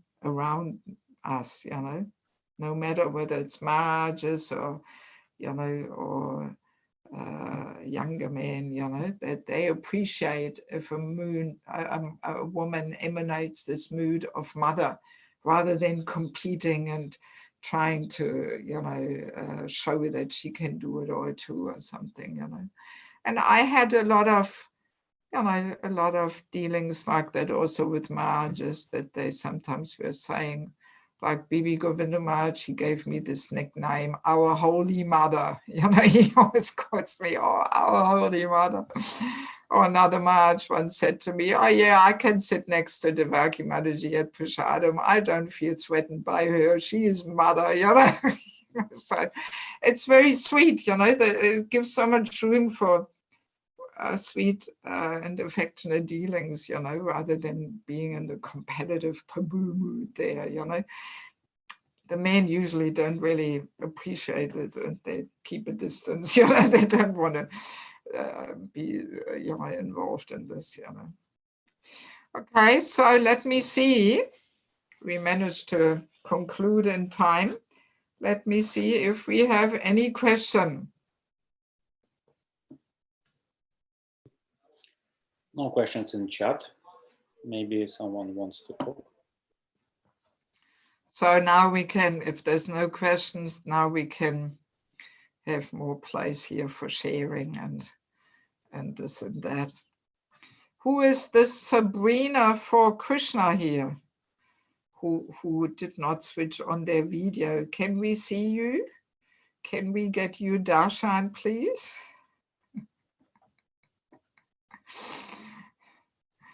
She's hiding. Okay. Well, do we have anything to talk about? Irina Mataji? I just want to say that I appreciate the definition that you gave of shyness, because of course I wasn't thinking in that way at all, right? Shyness, as you had defined earlier, the way we see it here is more like a self-conscious thing. Yes. But to see the power behind it, it's very eye-opening. So thank you so much for that. Yes. Yeah, well, thank you for appreciating it. And I mean, in regards to this whole thing of, how to address women, the main and foremost thing I like to emphasize is that it's not a question of right and wrong. What is right for one person may be wrong for the other, and we have to respect each other where we are standing, without some ego battle. Oh, I know better. It should be Mataji. No, it should be Prabhu. Prabhupada said Prabhu. And oh my God, So let's have respect for everybody where they're standing on this whole, spectrum there between the cultures. We have to learn to respect, and yeah, but also we have to understand, well, there we get your darshan. Where are you from? Sabrina? Can you unmute her? New York. New York. New York, yeah. Okay, good. Thank you for joining us. Yeah, so this is my whole point, we have to respect, each other's, positions and tendencies and likings, and we should not engage in this ego battle there of establishing what is right and what is wrong, but nevertheless, I mean, also I think this whole discussion about mother gives us also some insights when, for example, people go to India, and there we experience that people call each other Mataji, and that we learn to respect that, and we get a deeper understanding why they call each other mothers, because in that culture, mothers still are more honored and respected than in the Western world, in materialistic life, so that we get a little bit more appreciation, and we learn to respect each other. And then once we understand, then we can also more consciously decide what we want to invite in our life, and so no need to make a whole tension over this thing of how to address people, I mean, I know some ladies prefer to be called Prabhu, so when I write them, I address them with Prabhu. It's not a problem for me, so why not, like that. But I mean, I also have to share, now that this way of addressing also entered, that we call women Devi. But this is the husband. Only the husband should call his wife Devi. This is reserved for the husband. Devi is demigoddess, So the husband should call his wife Devi, but nobody else. And when Devi is in our name, for example, Devaki, Devi, Dasi, the Devi refers to the original Devaki, not to me. I am not the Devi, but the original Devaki, Krishna's mother, she is the Devi, and I am the Dasi. So we should not think that, the Devi is in the name there. Okay, let's call the women Devi or something. No.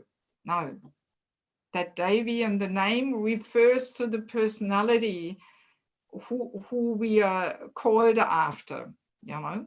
That's why in some names there is Devi in it, and in some names there's no Devi in it. It's just Dasi, you know.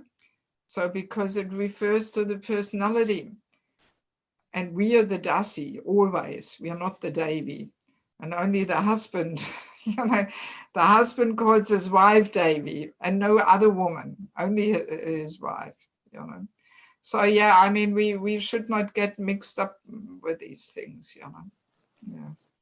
Okay, Irina Madaji, what would you like to ask or comment? I have two questions actually.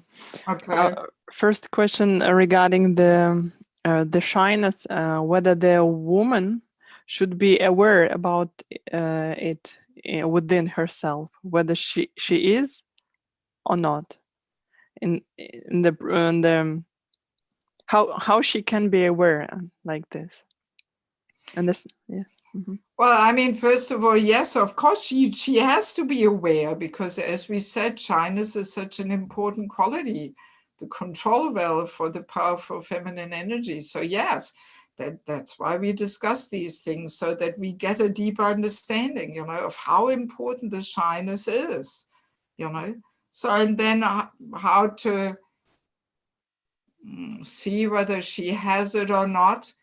Well, as I said, the essence of shyness is that we don't want to show off. We don't want to enjoy the effects of the powerful feminine energy.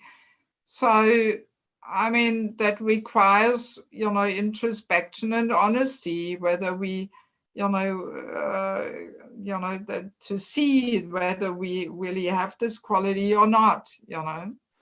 Yeah, so we may need the help of a mentor who can help us to see, you know.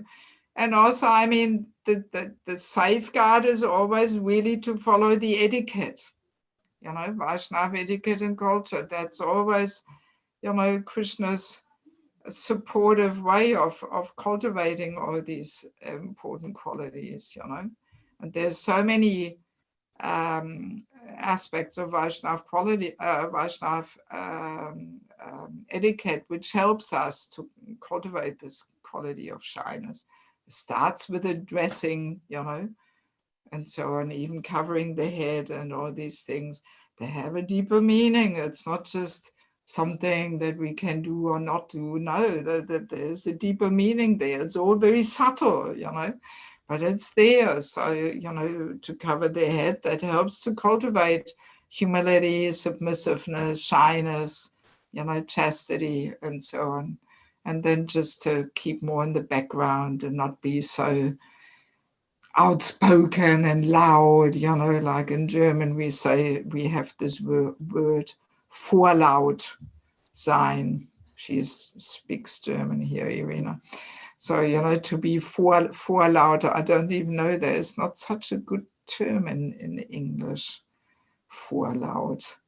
You know, yeah, it means, you know, to always be loud and have the last word and the big comments and so on, and showing off our presence and so on, you know. So yeah, I mean, these are all pretty subtle things, and, you know, not so easy to detect them, you know, because in material life, people don't strive for them. They're not aspired for, you know.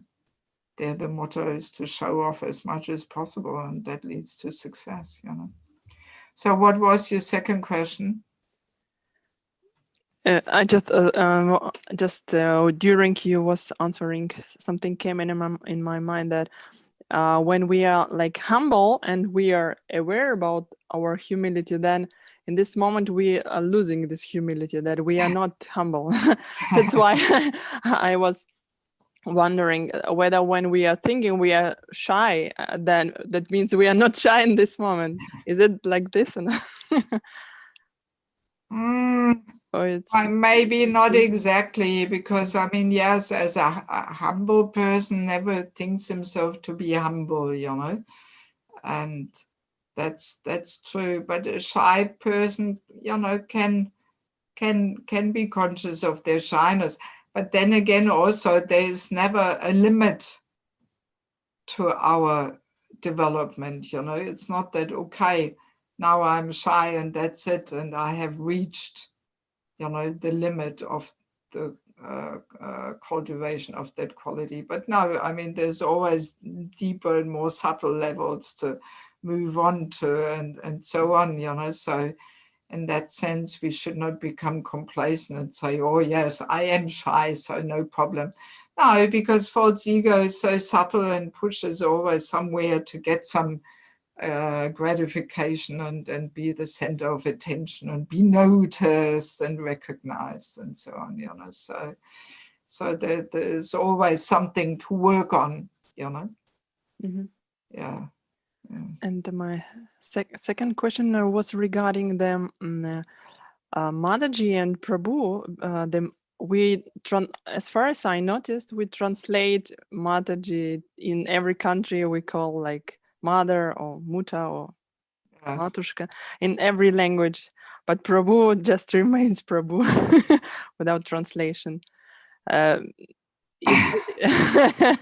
Is this like Lord, or what is the proper meaning of the Prabhu? And A master, Prabhu the is master. master. So I mean, even Krishna is the supreme Prabhu, you know. It's also a name or a way of describing Krishna, you know. Sometimes he is addressed as Prabhu also in the Shastra, you know. So yeah, it's master. It's master. Mhm. Yeah, I mean, what can I say? It's true. I mean, yeah, I never even thought about it, to be honest, you know, that, yeah, Prabhu, we leave Prabhu and it feels completely normal. We don't translate it into master in every language. Huh? In German, Meister would be weird, you know, to address the man as Meister or something, you know. But yeah, with Mataji, somehow in many countries, they kind of feel, yeah, I mean, it's just a question of the mind. It's just a question of getting used to it. You know, if people don't spend much time in India or they don't associate much with Indian body devotees where they call each other Mataji, then it just sounds strange because we're not used to it. That's all, you know. But I mean, like for me, it's completely normal because I spent usually so much time in India and Bangladesh for so many years. So for me, Mataji is more, you know, sounds more familiar and right than the German translation Mutter. That took me a while to get used to it, you know, because here in Germany, they translate mother into German. And they often address each other like that. And this was really strange for me in the beginning, simply because I've never lived in Germany as a devotee and I was not used to it. But as I'm saying, human being can get used to anything. So now after almost spending a whole year here in Germany, I'm completely used to it, you know, so it's normal. So it's just a question of the mind, you know, getting used to it really. So Thank you very much. We have Ina Mataji here lifting her hand for quite a while. Can you unmute her?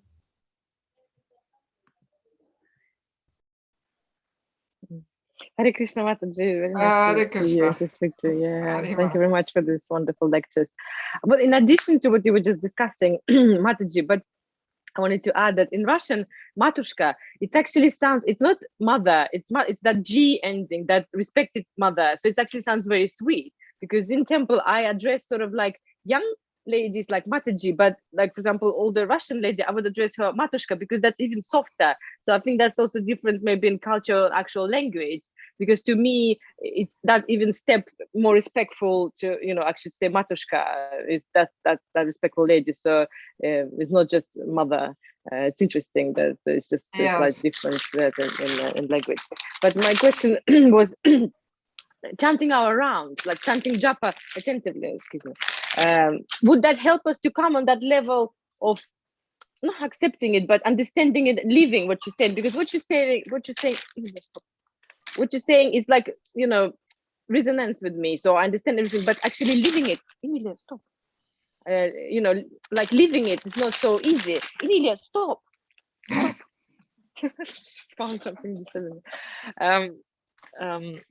So yeah, would that sort of like purify our heart then? So I mean, like to take the steps to really you know, start living it, not just like understanding in my mind, but yeah, would chanting help, or some other practice that would just sort of like purify and bring us on that level? I mean, deep and attentive chanting certainly helps to cultivate humility, you know, and in regards to tolerance, you know, this is connected with humility, as we discussed, you know. So some things definitely can be cultivated through the chanting also, you know. But then, I mean, like, you know, insights into the whole topic of mothers, that's not going to come through chanting, really, you know. But that is more a question of experiencing the culture, really. And I guess that's why Prabhupada also wanted so much that devotees spend a fair bit of time in India to actually experience the culture, you know. But nowadays also India has lost a lot of its culture. And often when we go to India, we are just amongst our friends, and we actually practically don't interact at all with the local people, you know. So, and I mean, that was my good fortune that for the last 22 years, I have spent every year considerable time in Bangladesh, and there's no Western devotees there. I'm only with the locals, you know, and that's what transformed my whole vision and attitude. And that's where I received all these insights, you know. So I dare say just experiencing the culture, you know, actually having an experience of it, this is just very powerful, you know. And yeah, and as I mentioned in the very beginning, because we can't all spend time in Bangladesh and get the experience, so that's why I realized we need some books, we need some training, you know, in order to receive these insights, you know. So yeah, just by chanting, we definitely get a lot, but also not only by chanting. If we chant, but we don't, you know, put the Vaishnav etiquette and culture in our life, I mentioned this also in the beginning, you know, then we are just falling back into our ego patterns of behaviors and our whole showing off thing and so on. So it's like elephant taking baths. You know, we purify ourselves, and then as soon as the elephant steps out of the bath, he just throws some dust on his back. So that's what happens to us. We can chant for many, many lifetimes.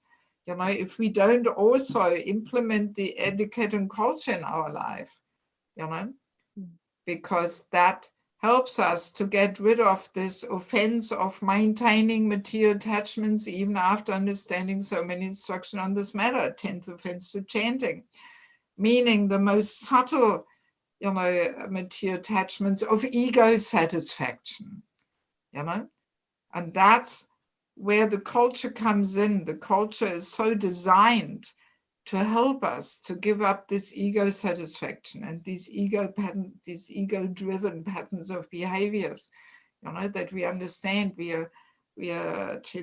should be Trinada Pisunichina, we are insignificant, we should keep ourselves in the background and not always push ourselves to the front and be noticed and recognized and all this. You know, so the Vaishnava etiquette and culture is so important, you know, just the chanting will not do the job. But also just only Vaishnava etiquette and culture without the chanting will also not do the job, you know. Then we may be a very cultured person, but we're still completely on the bodily platform and so on, you know. So yeah, both needs Yeah, to be. I'm just thinking sort of like naturally purifying your heart, where you leave all those desires behind, sort of like naturally, because by chanting you're purifying. Because probably, like, I mean, I just had this example that sometimes I, like you're saying, wearing like a headscarf or something, I like it and think it's nice and feminine and everything. But then sometimes I feel like if I go to temple and no one wears them there, and if I wear one, then I'm drawing attention to myself. They think, oh, what's so special about her? Oh, she's wearing one, and if she's so like pure and she has to like protect herself or whatnot, and then I feel like a bit uncomfortable actually wearing one. Then I think by that I'll be drawing more attention. So I'm thinking I should be doing like the opposite, or it's all sort of like difficult in that sense. No, I mean, no, we have to set the example of just, practicing as much as it feels right to us, as much as we want and can. We should implement these different aspects of Krishna's culture in our life. Never mind what other people think, never mind. And it is also a subtle thing. If we do these things to show off, if we do it with that consciousness, oh, look at me, I'm not walking around like you girls, I'm covering my head. So then people can feel that energy, But if we are just doing it in all humility and still respecting those who don't want to cover their head, there has to be respect there, that we accept each other where we are on this whole spectrum of transformation. And we don't judge each other or reject each other, or, so we have to respect, Yeah, that's what I'm saying. Coming to this point where I know I need to do it and I like to do it, but I'm not always sure, if I do it with the right attitude. But then what I'm trying to say, what will help me to get to that point? Because I sort of understand the culture, I know, and I live in London 20 years. I've seen sort of like Indian culture and all this, so I'm like aware of it.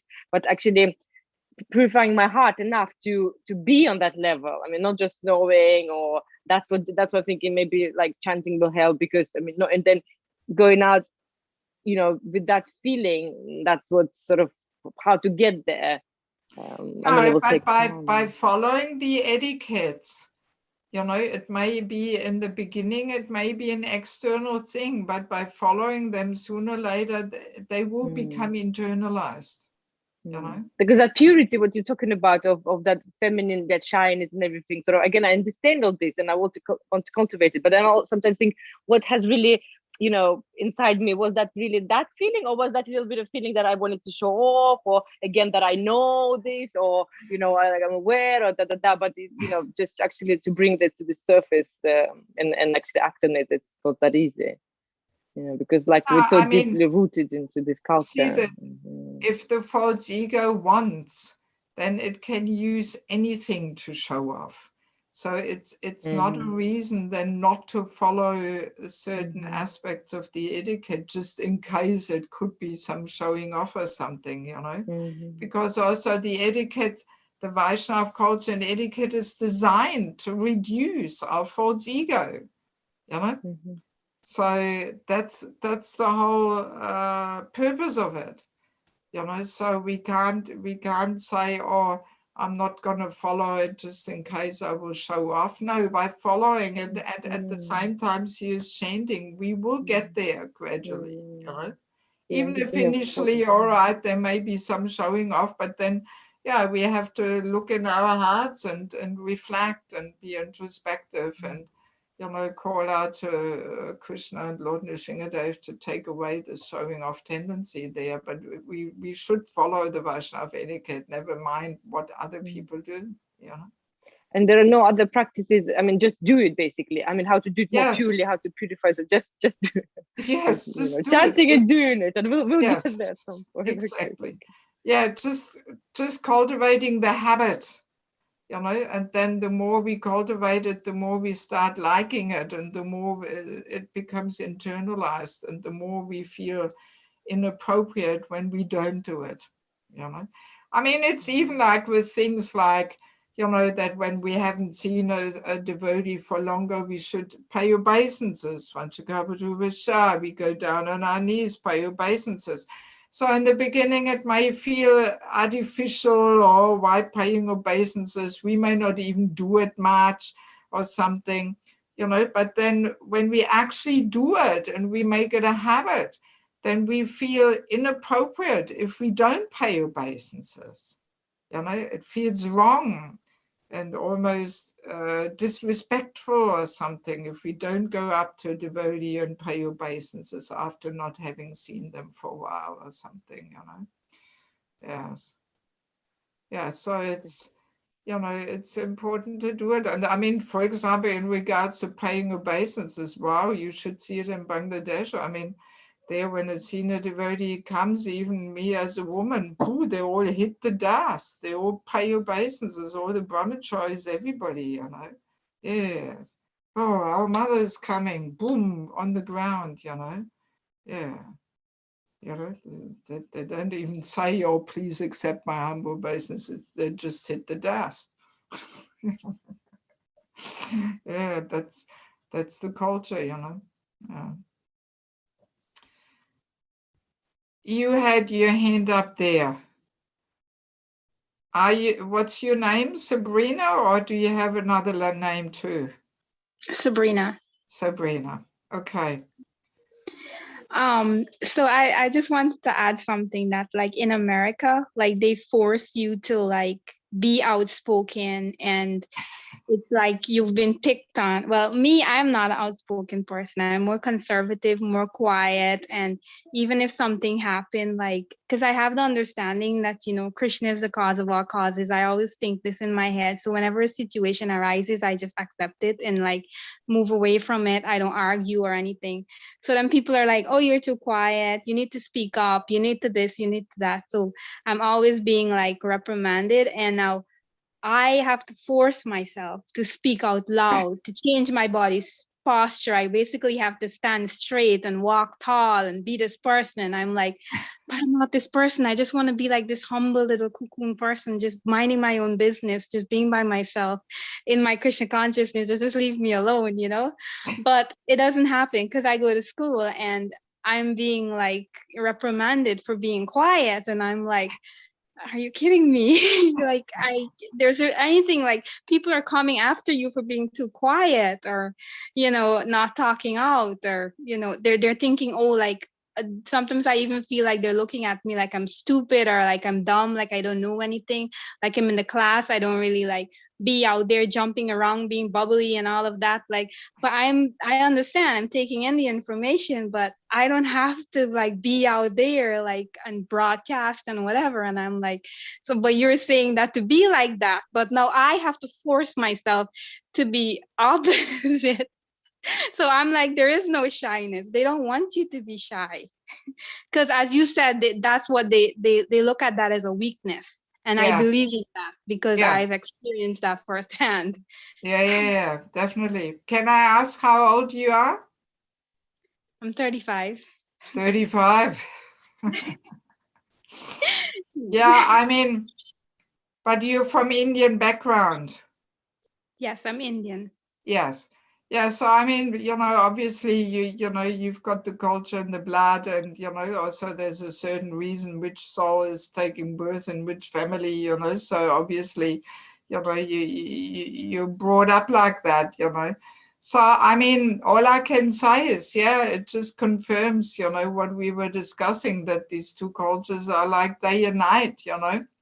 So I dare say, you know, it's advisable to preserve yourself this natural shyness which you have, you know, understanding that in spiritual terms, this is very valuable and very important for a woman to have, you know.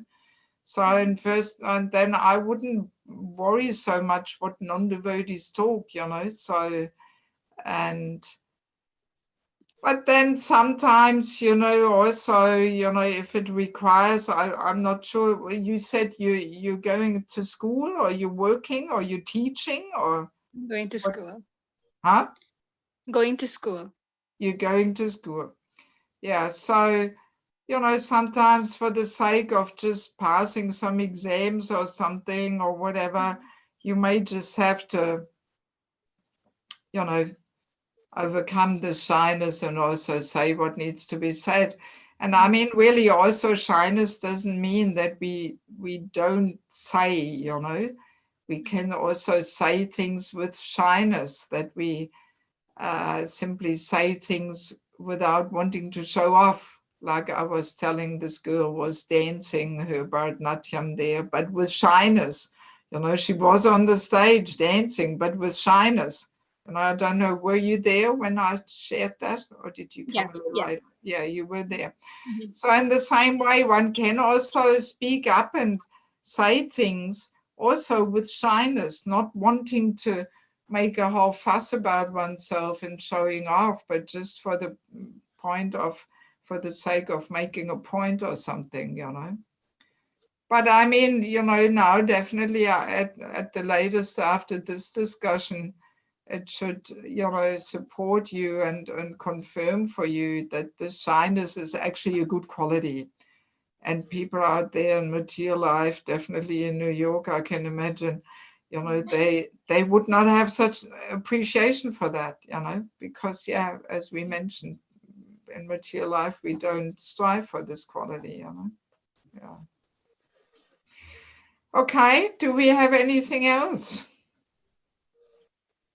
No, so thank you. Okay, thank you. All right, so then maybe we'll finish on that note, and tomorrow we have our last session, and there is quite a few more interesting points coming. So please join us again for the last session tomorrow. Okay? All right, thank you. Srila Prabhupada ki, Yeah. Sarvamavada Bhaktavinda ki, Yeah. Gaura Premanandi, Hare Hare Hare Krishna. Hare Krishna, Hare Krishna. Hare Krishna.